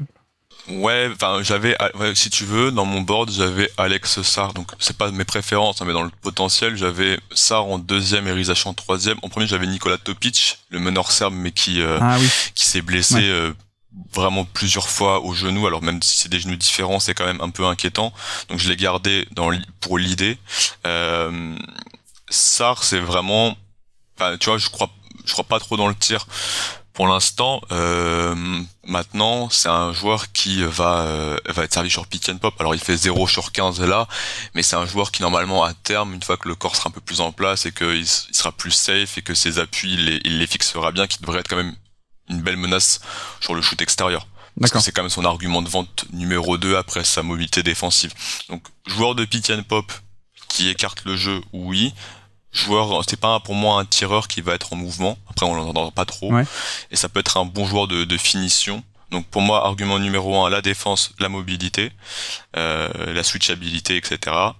Argument numéro 2, écarter un peu le jeu. Et après, argument numéro 3, ce serait ce côté un peu licorne comme ils aiment bien faire, mais ça j'y crois pas. Pour moi c'est un joueur qui va surtout apporter par sa défense quand le corps sera en place. D'accord. Donc un peu le côté scénario idéal, scénario médian, scénario pessimiste. On va dire que dans le idéal, toi tu vois pas le côté licorne qu'on essaie de vendre, que certains vendent l'intérieur moderne, hyper mobile, hyper athlétique, qui défend, qui shoot, qui drive, qui score, qui fait tout. T'es un peu plus bas que ça au niveau scénario idéal alors. Ouais, je pense que on est vraiment une classe en dessous Jackson Junior et Mobley, qui sont ces deux grosses comparaisons. En termes de profil physique et de style de jeu, peut-être qu'il shootera mieux que Mobley parce que même si Mobley avait un joli tir, mais qui a pas été trop développé, il shootera peut-être mieux que lui. Mais je pense qu'on est en dessous de ça pour le potentiel offensif des garçons. D'accord, ok. Un scénario médian, c'est quoi? Est-ce qu'on peut approcher le niveau All-Star dans ce rôle-là ou pas, tu penses? Non, je pense pas. Okay. Par contre, tu sais, c'est souvent sous-évaluer la défense pour les All-Stars, mais je pense que c'est un joueur qui peut vraiment te changer une défense quand même. D'accord. Même si ce sera statistiquement pas forcément ultra présent ou qu'on n'en parlera pas le plus pour les sélections de All-Star Game, mais je pense que c'est un joueur qui peut quand même te modifier ta défense parce qu'il peut apporter en termes de protection de cercle et d'aller-retour et de système de défense. D'après ce que tu me dis, moi j'ai l'impression que ça, on est plus sur le mec qui a un potentiel plus haut que Rizaché, parce que la théorie, le physique, etc. Mais peut-être on est moins sûr qu'il le réalise. Là où Rizaché, c'est le côté talent pur, le côté plus fort, le potentiel est un peu moins haut, mais le profil sera sans doute, en termes de probabilité, beaucoup plus fort, plus de fois, où voilà, on est un peu plus rassuré de ce côté-là, quoi. Clairement. Franchement, à titre perso, je m'en cache pas. Je suis envergure. Il y a de toutes les discussions. Si demain je suis GM et je le suis pas, heureusement pour les franchises. Pas encore. Non, mais franchement, ne faites pas cette erreur-là et sans aucune prétention, tu vois. Mais j'y vais pas sur Alex Sarr. Moi, j'ai trop peur. J'y crois pas particulièrement. Donc Cocorico, il est français, c'est très bien et c'est excitant, c'est très excitant.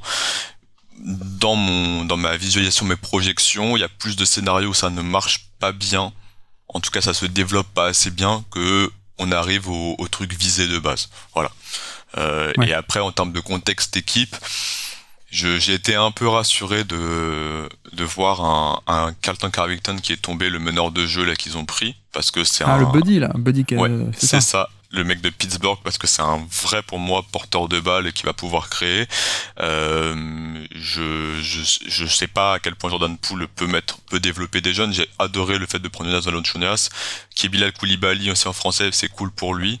Mais voilà, j'aimerais bien qu'on ait un papa quand même qui puisse mettre un peu de jeu en place, balle en main, et qui peut un peu stabiliser l'attaque pour développer Alex Sarr. Parce que si on fait la foire du prospect et que, tu sais, comme on disait, enfin, je parle pour Mark Cannon, mais pour développer un jeune intérieur, il faut souvent un fort extérieur quand même un peu, tu vois, un peu en place, et inversement, pour développer un fort extérieur, il faut un bon intérieur. Tu vois, genre Ja Morant, parce qu'on parlait de Memphis, incroyable talent, incroyable joueur, je pense qu'il aurait été bon dans la majorité des cas, mais il arrive dans une équipe où le pivot c'est Valanciunas et ça lui ouvre des espaces, et après il a Adams, et donc du coup il se développe vitesse grand V. Et ben j'aimerais bien pour Alex Sarr qu'on trouve un extérieur de ce calibre là aussi. Bon, après il y a Jordan Poole, hein, mais bah voilà, moi Jordan Poole, c'est que je l'ai pas assez vu, donc je sais pas à quel point Jordan Poole peut être un joueur qui développe des gars sur pick and roll. Ouais, non, moi je blague parce que moi je l'adore, mais il sort d'une saison absolument catastrophique. Ouais. Et même, tu vois, bon, même la 2023 était déjà moins bonne par rapport à la 2022 avec le coup de poing et tout ça, etc. Mais actuellement, il vaut mieux pas parier sur Jordan Poole pour l'instant, ouais. On va dire. Mais moi je l'aime beaucoup, donc j'aimerais bien qu'il rebondisse. Ok pour notre ami Alex Sarr alors.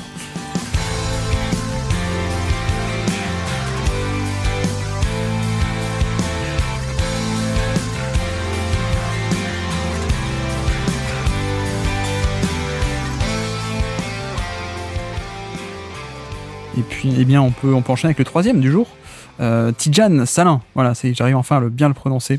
Dis-nous alors d'où est-ce qu'il sort, parce qu'en plus, il me semble que il a remonté assez tardivement dans les mock drafts, je crois. Ouais, en fait, il est apparu cette année. Surtout, alors au début d'année, il était un peu présent, mais on avait parlé sur un prospect, tu vois, deuxième tour, fin de premier tour, et on pensait pas forcément qu'il allait y aller cette année. Et puis finalement, il est monté, il a explosé. Alors, ce qu'on sait, c'est que les gens qui le suivaient dans son développement pro savaient que Tidjane Salin allait à réussir à ce niveau-là et qu'il allait être attendu. D'accord. Donc les scouts NBA et les franchises ne sont pas non plus tant surprises que ça par l'explosion de Salin. C'est juste le grand public, le scouting Twitter, comme dont je fais partie, qui a découvert le garçon. Il a été développé du coup au Pôle France. Ensuite, il est allé au centre de formation Cholet où il a joué avec les jeunes, et cette année, du coup, il a joué dans l'équipe de Cholet avec les pros, avec les adultes, avec les papas. C'est un garçon qui a une grande sœur, Janelle Salin, qui est aussi qui est pro, qu'on a pu voir avec l'équipe de France, qui a été exceptionnelle. Et je crois que Janelle, elle a été draftée en WNBA, mais tu sais, comme cette année, il y avait le truc où les filles avaient pas le droit de faire leur saison de WNBA, qui se chevauchaient avec les JO pour la préparation. Je crois pas qu'elle y était allée. Ça a été le cas pour Marine Johannes avec New York, ou Liana Rupert avec les Aces. Donc voilà, Janelle Salin, elle devrait être en WNBA, mais où exactement, je sais plus. Je suis pas assez le basketball féminin, malheureusement pour moi. Tidjan, du coup, c'est un garçon, c'est pas le plus gros talentueux. D'accord. Voilà, il est pas né avec un talent de fou. Par contre, c'est un énorme bosseur, et c'est un garçon qui vit pour le basket. Et ce qu'on a pu entendre, c'est tu veux lui parler, il veut te parler de basket. Il veut parler que de basket. Tu lui dis qu'est-ce qu'on fait ce soir, il dit on va shooter, on va à l'entraînement. Qu'il a pas énormément de passion à gauche à droite, qu'il a pas d'énormément de choses dans ta vie qui l'excite à part le basket. Donc il est comme nous quoi, en gros. C'est ça. C'est ça, sauf que il fait 2m06 et que maintenant il est millionnaire. Ouais, c'est pas comme nous. Ce qui peut aider.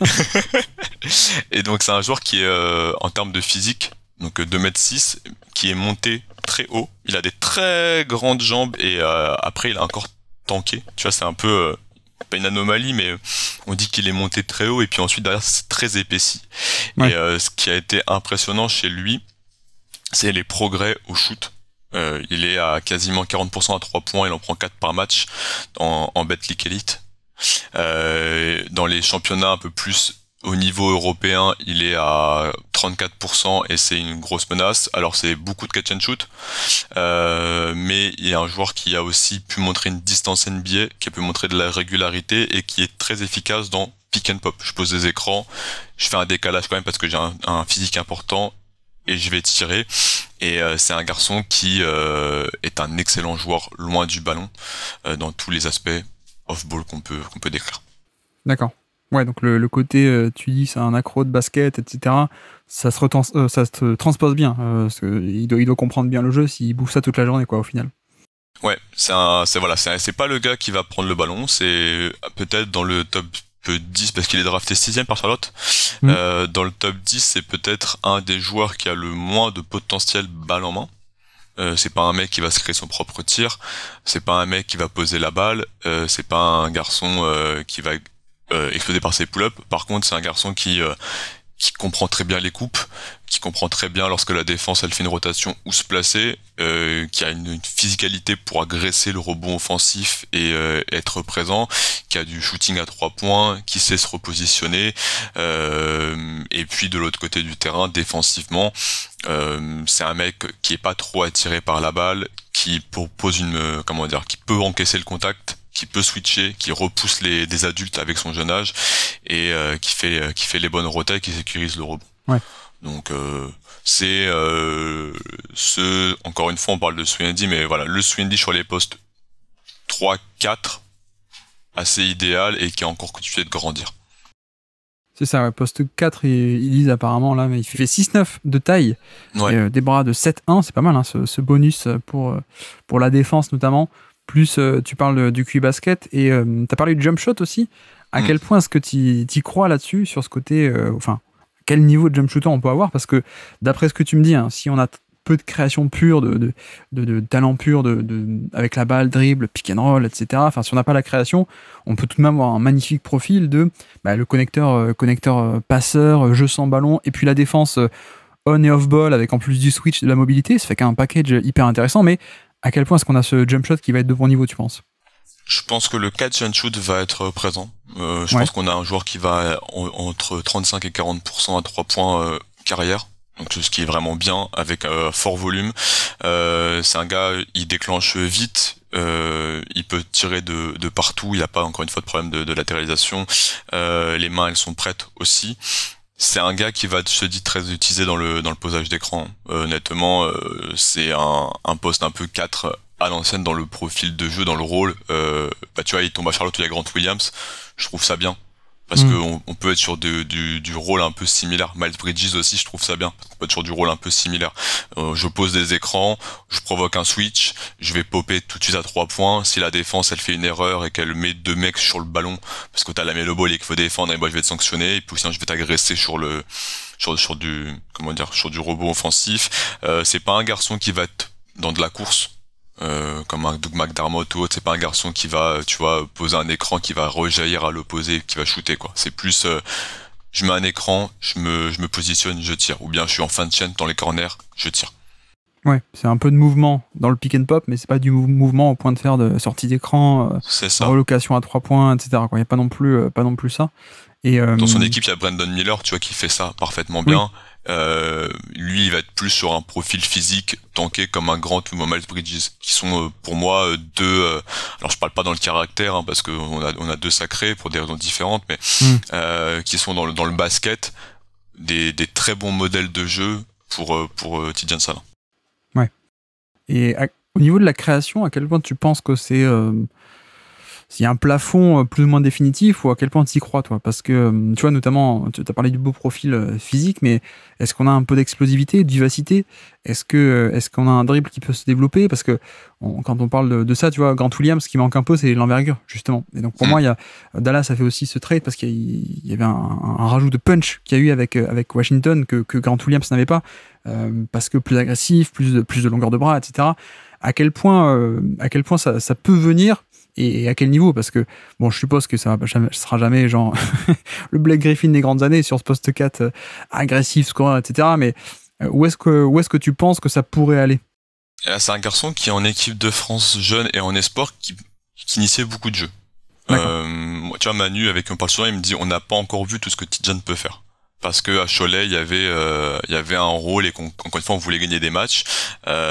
C'était quelque chose qu'il avait beaucoup plus en magasin. Maintenant, à l'étage supérieur, le dribble, il est compliqué quand il faut, tu vois, changer de direction, changer de rythme. C'est un joueur qui peut attaquer des deux mains le panier, qui peut finir en théorie des deux mains au cercle, mais qui a plus de mal dans le changement de direction, qui a plus de mal dans le changement de vitesse. Un point faible qu'il a eu là en BetClick, c'est qu'il a fini à moins de 40% près du panier.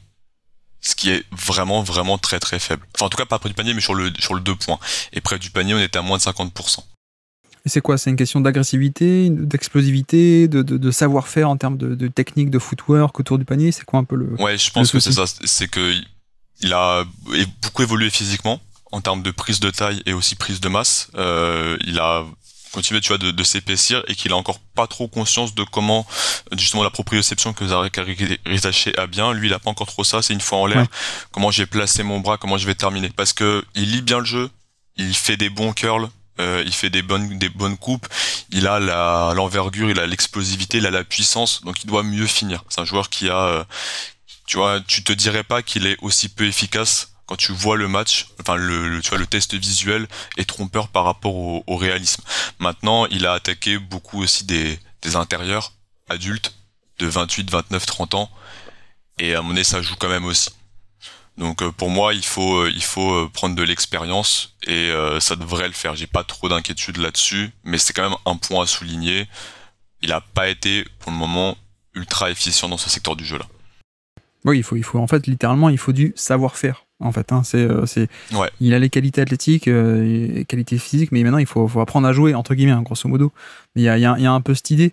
Et c'est vrai que, tu vois, moi, il y a un point là-dessus que j'aime bien. Alors, ça veut pas dire qu'il va réussir, mais c'est qu'apparemment, j'ai lu 2-3 trucs comme quoi il joue pas non plus depuis si longtemps de basket un peu de manière organisée, et même un peu professionnelle ou semi-pro, ou les jeunes, etc. Et tu vois, c'est un peu la différence avec Alex Sarr. Tu nous dis, il a été au Real Madrid il y a déjà 4-5 ans, ou ce genre de truc, où il est sur les circuits depuis toujours. Rizaché, c'est un peu pareil.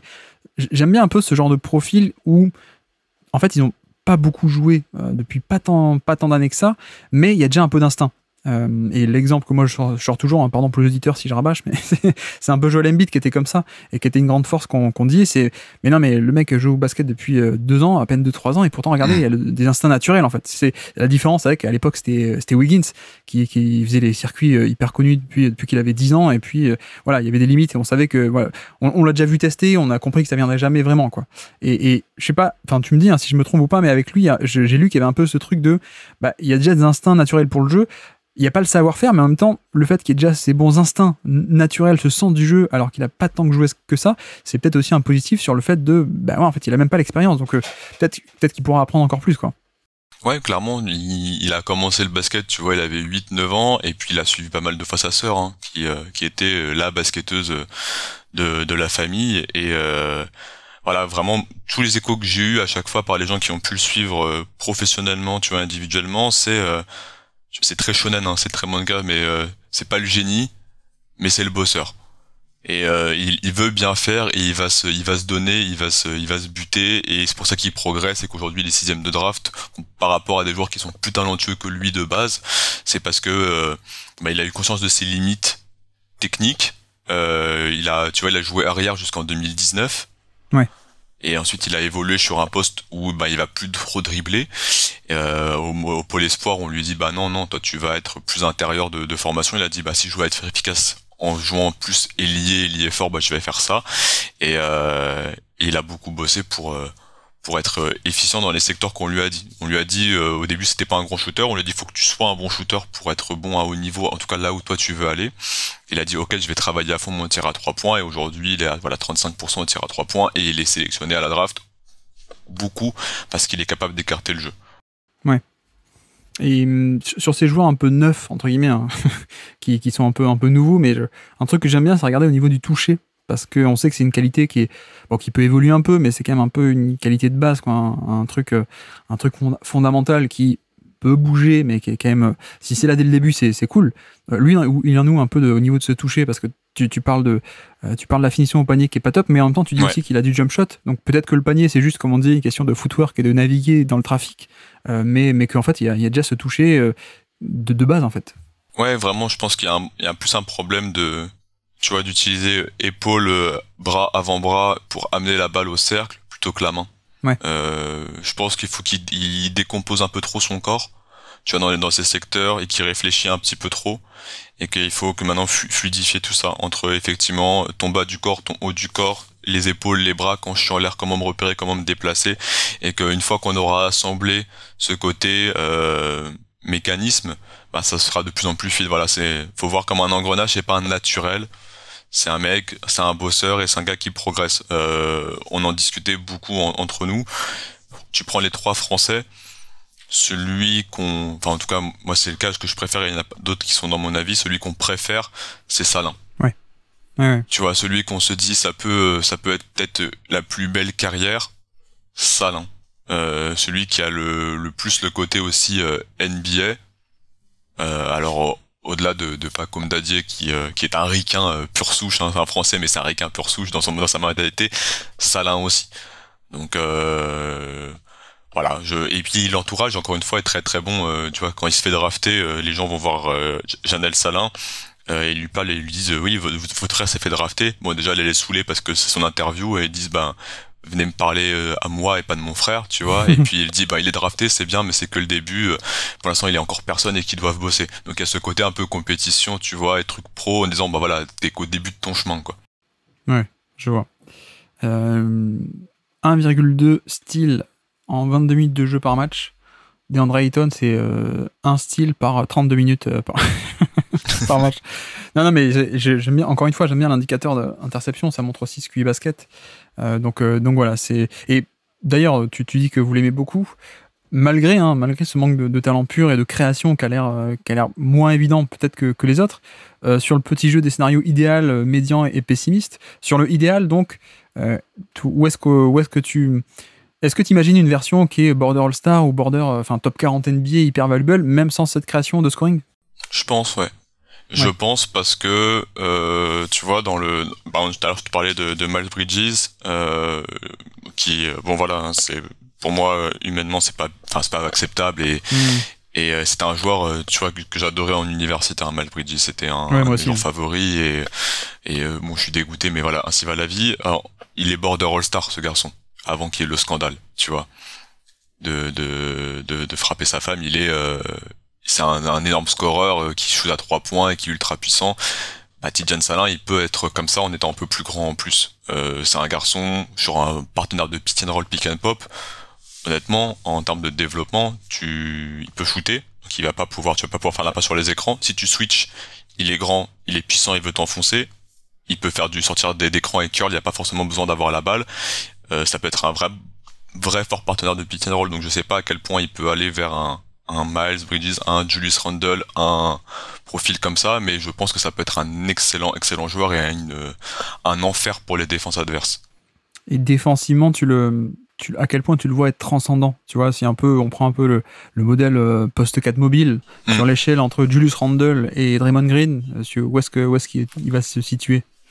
Un entre-deux, forcément un entre-deux. Je pense que ça va être un bon défenseur sur l'homme, qu'il va vraiment bien encaisser le contact et donc tu pourras pas trop le déborder, qu'il est long. Il sécurise bien le rebond, donc ça va être aussi intéressant. C'est pas un joueur qui va trop s'oublier là-dessus.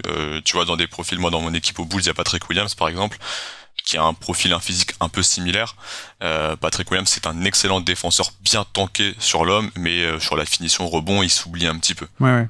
Tidjane, je pense qu'il peut être comme ça aussi, un bon gros tank que tu vas envoyer face au Giannis, face au LeBron, bon, même si LeBron, il restera pas 10 ans normalement, qui sait. Il est infinissable, mais t'as une arme face au gros buff, même Zion Williamson, et en même temps, il peut défendre aussi des ailiers un peu plus déliés, justement, les Jason Tatum et autres. Donc je pense que ça va être un garçon qui va être très vite envoyé sur le meilleur ailier adverse porteur de balle. Ça va lui plaire.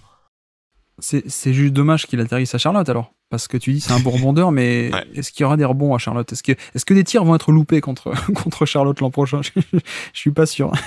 Mais, le contexte, tu vois, on n'en a pas trop parlé pour les deux autres garçons avant, mais le contexte Charlotte est un peu particulier. Moi j'étais content qu'il tombe là-bas parce que en théorie t'as un maître à jouer.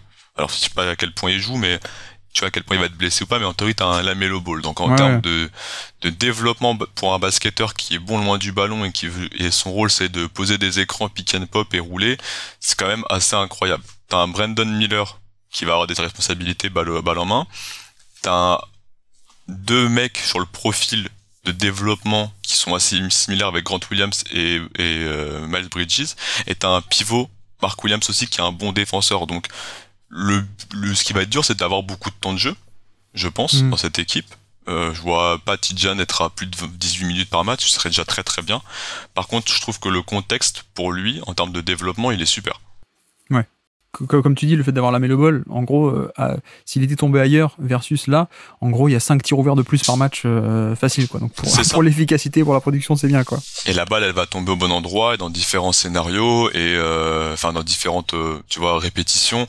Et voilà, ce qui va être complexe pour Tidjane Salin, c'est de réussir à évacuer un dégât sur son poste dans les années qui suivent. Tu vois, il va falloir que Charlotte, au bout je dirais, tu vois, dans 2 ans, se dise, ok, Grant Williams ou Miles Bridges, au revoir, parce que notre poste 4 titulaire, c'est Tidjane Salin. Mais pour commencer, moi, je trouve ça vraiment, vraiment très, très bien. En termes de comparaison, alors un ancien Hornet justement, mais si je te dis un peu PJ Washington, à ton avis, en termes de niveau de jeu et de profil, c'est une bonne comparaison ou tu le vois même un peu faire mieux? Je pense qu'il peut être meilleur finisseur sous le panier et attaquer sous le panier que PJ Washington, parce qu'il est plus tanké, plus puissant. Je sais pas s'il va être aussi mobile pour dégainer, tu vois, comme tu me disais tout à l'heure, que PJ Washington. Par contre, il va agresser le panier, je pense, et il va être un joueur qui va être cherché sur des switches pour du post ou pour du curl. Ok, on a fait un peu nos 3 profils principaux. Est-ce que en bonus, en fin de podcast, là, pendant 2-3 minutes, il y a d'autres joueurs de cette draft dont tu voulais absolument parler? Ou tiens, le français, l'autre français, pas comme Dadier, qu'est-ce qu'on peut s'attendre au niveau des Knicks? Pas de temps de jeu, mais parce que c'est bouché.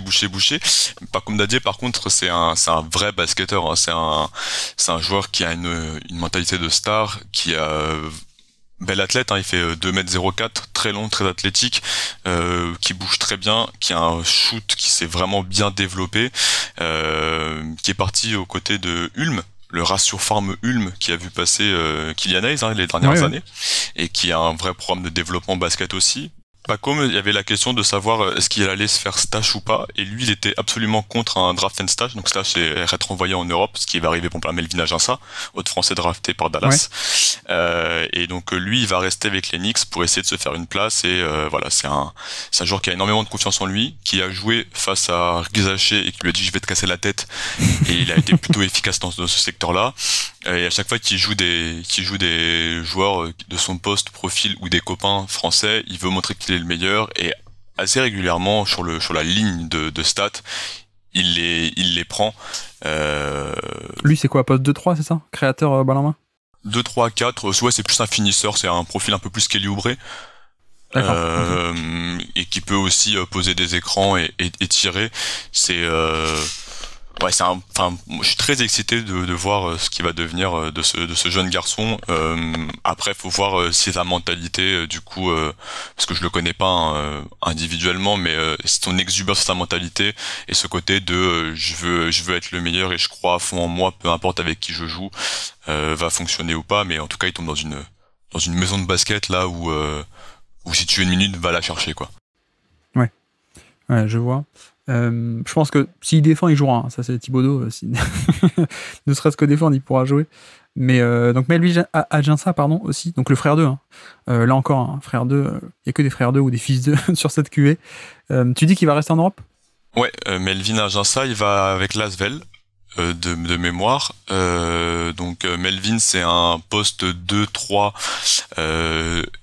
excellent défenseur. Donc lui qui était à Saint-Quentin l'an dernier, tu vois, ils se font l'échange, il était à Saint-Quentin l'an dernier, c'était le seul shooter de l'équipe à 3 points, donc il y avait un spacing qui était très limité, et donc il a énormément shooté à 3 points, donc avec une efficacité un peu moyenne, mais bon, quand t'es la seule menace, forcément t'es défendu comme ça. Par contre, tous les gens qui jouent Melvin Aginsa disent je ne veux plus jamais être défendu par lui. Parce D'accord. que il peut défendre des 1, des 2, des 3, des 4, il y a un côté physique un peu Lou Dort. Ouais. Sur le corps, énorme athlète, et du coup Dallas avait une place dans son effectif, et pendant la Summer League le GM était passé en interview et disait la place je la garde pour Melvin Aginsa et je vois à la fin de l'été ce qu'on en fait, et puis finalement ils ont trouvé un accord pour dire que c'est encore un petit peu tôt et tu vas retourner en Europe parce qu'il y a une opportunité du coup pour jouer à Lasvel dans une équipe compétitive, et D'accord. ensuite tu reviendras, mais je pense qu'ils veulent juste voir si Melvin Aginsa peut tirer avec au volume avec une belle efficacité dans une équipe avec un meilleur spacing, parce que pour jouer à côté de Luka, il faut tirer, quoi. Ok. Pour les Français, on a fait le tour, hein. Du coup, je crois, si je dis pas de bêtises. Ouais, il y a Armel Traoré qui était là, qui a fait un camp d'été avec les Lakers et qui a un two-way contract. Donc le grand frère de Nolan Traoré qui sera top 5 l'année prochaine en NBA, et Armel Traoré qui a évolué avec Monaco entre autres, et qui est un ailier fort, ultra tanké, ultra athlétique, mais qui manque de shooting, un peu dans un style Yves Ponce. Et donc pour l'année cette année c'est ça, et après l'année encore prochaine on aura, comme je te disais, Nolan Traoré qui va tout exploser, d'autres Français on l'espère, avec les Essang et autres comme ça.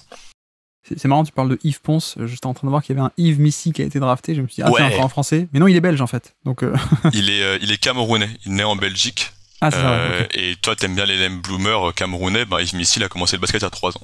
Ah ben voilà, tu vois. Il a commencé le basket il y a 3 ans, et c'est un athlète incroyable. Il était à Baylor, donc une fac que j'aime beaucoup. C'est un défenseur exceptionnel, c'est un rim protecteur de fou, et qui en plus a montré des belles choses sur du flash, sur du roll, et je pense que c'est un garçon qui va s'éclater au Pélican, parce qu'il n'y a pas de pivot de toute façon à part Zion Williamson apparemment, et à surveiller Yves Missy qui est issu d'une des familles les plus bourgeoises du Cameroun, donc il y a un encadrement intellectuel. Il a un grand frère à Harvard, des grandes sœurs à Harvard et tout ça, donc c'est un joueur à suivre. Et hors français, dernier mot pour finir, hors français, ton joueur préféré de la draft, sur lequel t'es plus haut que tout le monde ou que t'adores, c'est qui? Alors attends, faut que je me la reprenne la draft là, parce que du coup moi je suis sur la prochaine déjà. C'est vrai. Tu couperas ma pause. Attends, je mets la draft. Hop. Zakidi. Pardon, Zach Edey, ouais. Alors, si un jour t'as envie de faire un épisode Zach Edey, une fois que tu l'auras un peu plus découvert, je suis chaud, parce que Zach Edey, c'est... Alors, un cas très polarisant, hein, pour le coup, c'est le pivot géant de Purdue, ouais, c'est ça? Ouais, c'est sur ça. lequel beaucoup de gens de draft se déchirent, mais alors toi, tu fais partie des positifs, alors explique-nous. Ouais, Zach Edey, donc ceux qui connaissent pas, 2m24, 136 kilos, pivot ultra à l'ancienne, qui a joué dans les championnats U19, c'est le tournoi où il y a Chet Holmgren versus Victor Wembanyama. Ouais, le fameux. Et sur la 3e place, il y a Zach Edey. Donc c'est une photo légendaire avec ces 3 énormes pivots là. Et c'est un joueur effectivement qui joue dans un tempo assez lent du côté de Purdue, mais qui a joué dans le meilleur spacing NCAA. Parce qu'en fait, il attire tellement les défenses que les 4 joueurs à côté de lui ont tourné à plus de 40% à 3 points. Et qui a éclaté tout le monde. Depuis maintenant, ça fait 3 ans qu'il est inarrêtable. Il est à plus de 70% près du panier. Et c'est pas que des dunks, c'est un joueur qui joue vraiment le poste bas et qui défensivement, on a dit, il peut pas défendre. C'est le joueur contre lequel on a le moins tenté de lay-up de toute la NCAA. Parce que sur drop, en fait, tu vas pas au panier. Et en fait, les critiques par rapport à lui que j'entends beaucoup, c'est ok, c'est un créateur, mais ça va pas se transposer. Ou alors c'est ok, c'est un créateur, mais la défense, elle est trop nulle.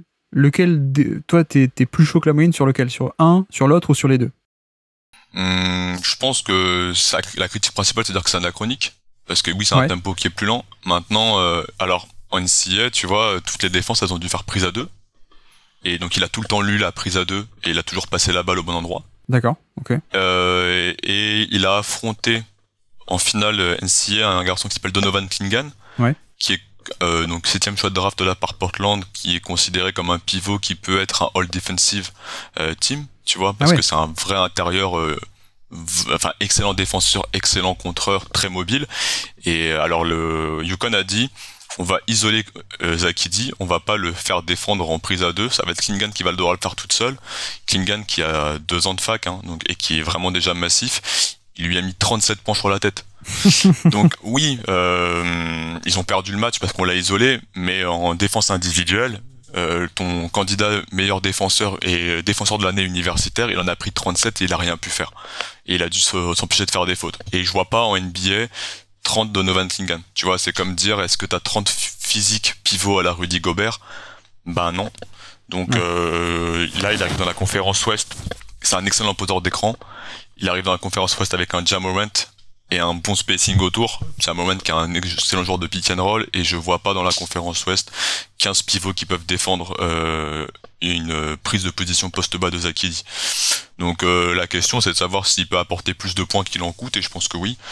Donc à titre perso, et après j'arrête mon grand monologue d'amour, je suis désolé, mais vas-y. J'avais dit que Zach Edey, peu importe à quelle place tu le draftes, faut juste le drafter pour ce qu'il est et ses forces. Donc j'avais aucun problème avec ce qu'il soit pris numéro 1 de sa draft si on le faisait jouer en tant que pivot pick and roll poste bas. Tu vois, si t'acceptes de jouer en fonction de son style et que tu le prends juste pas parce qu'il est grand et qu'il est fort, mais que tu dis ok, on va jouer autour de Zach Edey, même si c'est pas ton meilleur joueur, mais jouer avec un système qui est défini autour de lui, tu peux le prendre numéro 1 chez moi, y a pas de problème. Oui, c'est les joueurs à compromis, il faut que le compromis vaille le coup, quoi. C'est comme si tu draftes Trae Young et tu le fais jouer en 3&D, quoi. Ça n'a pas trop intérêt, quoi. C'est ça. Il faut qu'il ait la balle dans les mains. Ok, bon, on va s'arrêter là, sinon je peux te questionner sur tous les joueurs de la draft. Moi, j'adore la draft, donc. Bon, en tout cas, merci beaucoup, Eric, d'être passé sur Basket Lab. Non, mais merci à toi pour l'invitation, c'était très très cool, et quand tu veux. Merci à tous d'avoir suivi cet épisode, j'espère que ça vous aura plu. Donc voici pour notre épisode un peu spécial draft. C'est vrai qu'à l'époque, on était post-finale NBA, on n'avait pas eu trop le temps d'organiser ça. Mais ça me paraissait important de faire, puisque, comme dit, on est quand même sur une cuvée assez historique pour le basket français. Et bon, voilà, le Wembanyama l'an passé, j'avais rien eu le temps de faire sur la draft 2023. Mais Wembanyama, c'est vrai que tout le monde l'avait tout le monde le connaissait, et comment passer à côté. Là, c'est vrai que les 3 cas m'avaient l'air un peu plus intéressants, en tout cas plus méconnus. Donc d'autant plus intéressant d'arriver à les présenter. Et puis nous, de notre côté, eh bien, je ne sais pas. J'avoue que là, je ne sais pas trop. Je ne sais pas exactement pour ce pourquoi on va se retrouver la prochaine fois. Sans doute un peu de théorique. Peut-être JJ Redick aux Lakers. J'en sais rien pour le moment. Je verrai qu'est-ce que je vais arriver à enregistrer en premier d'ici 2-3 jours. Et donc, sur ce, je vous remercie une nouvelle fois de nous avoir écoutés jusqu'au bout. Un grand merci à Hugues d'être passé sur Basket Lab. Et moi, je vous dis à très bientôt. Ciao.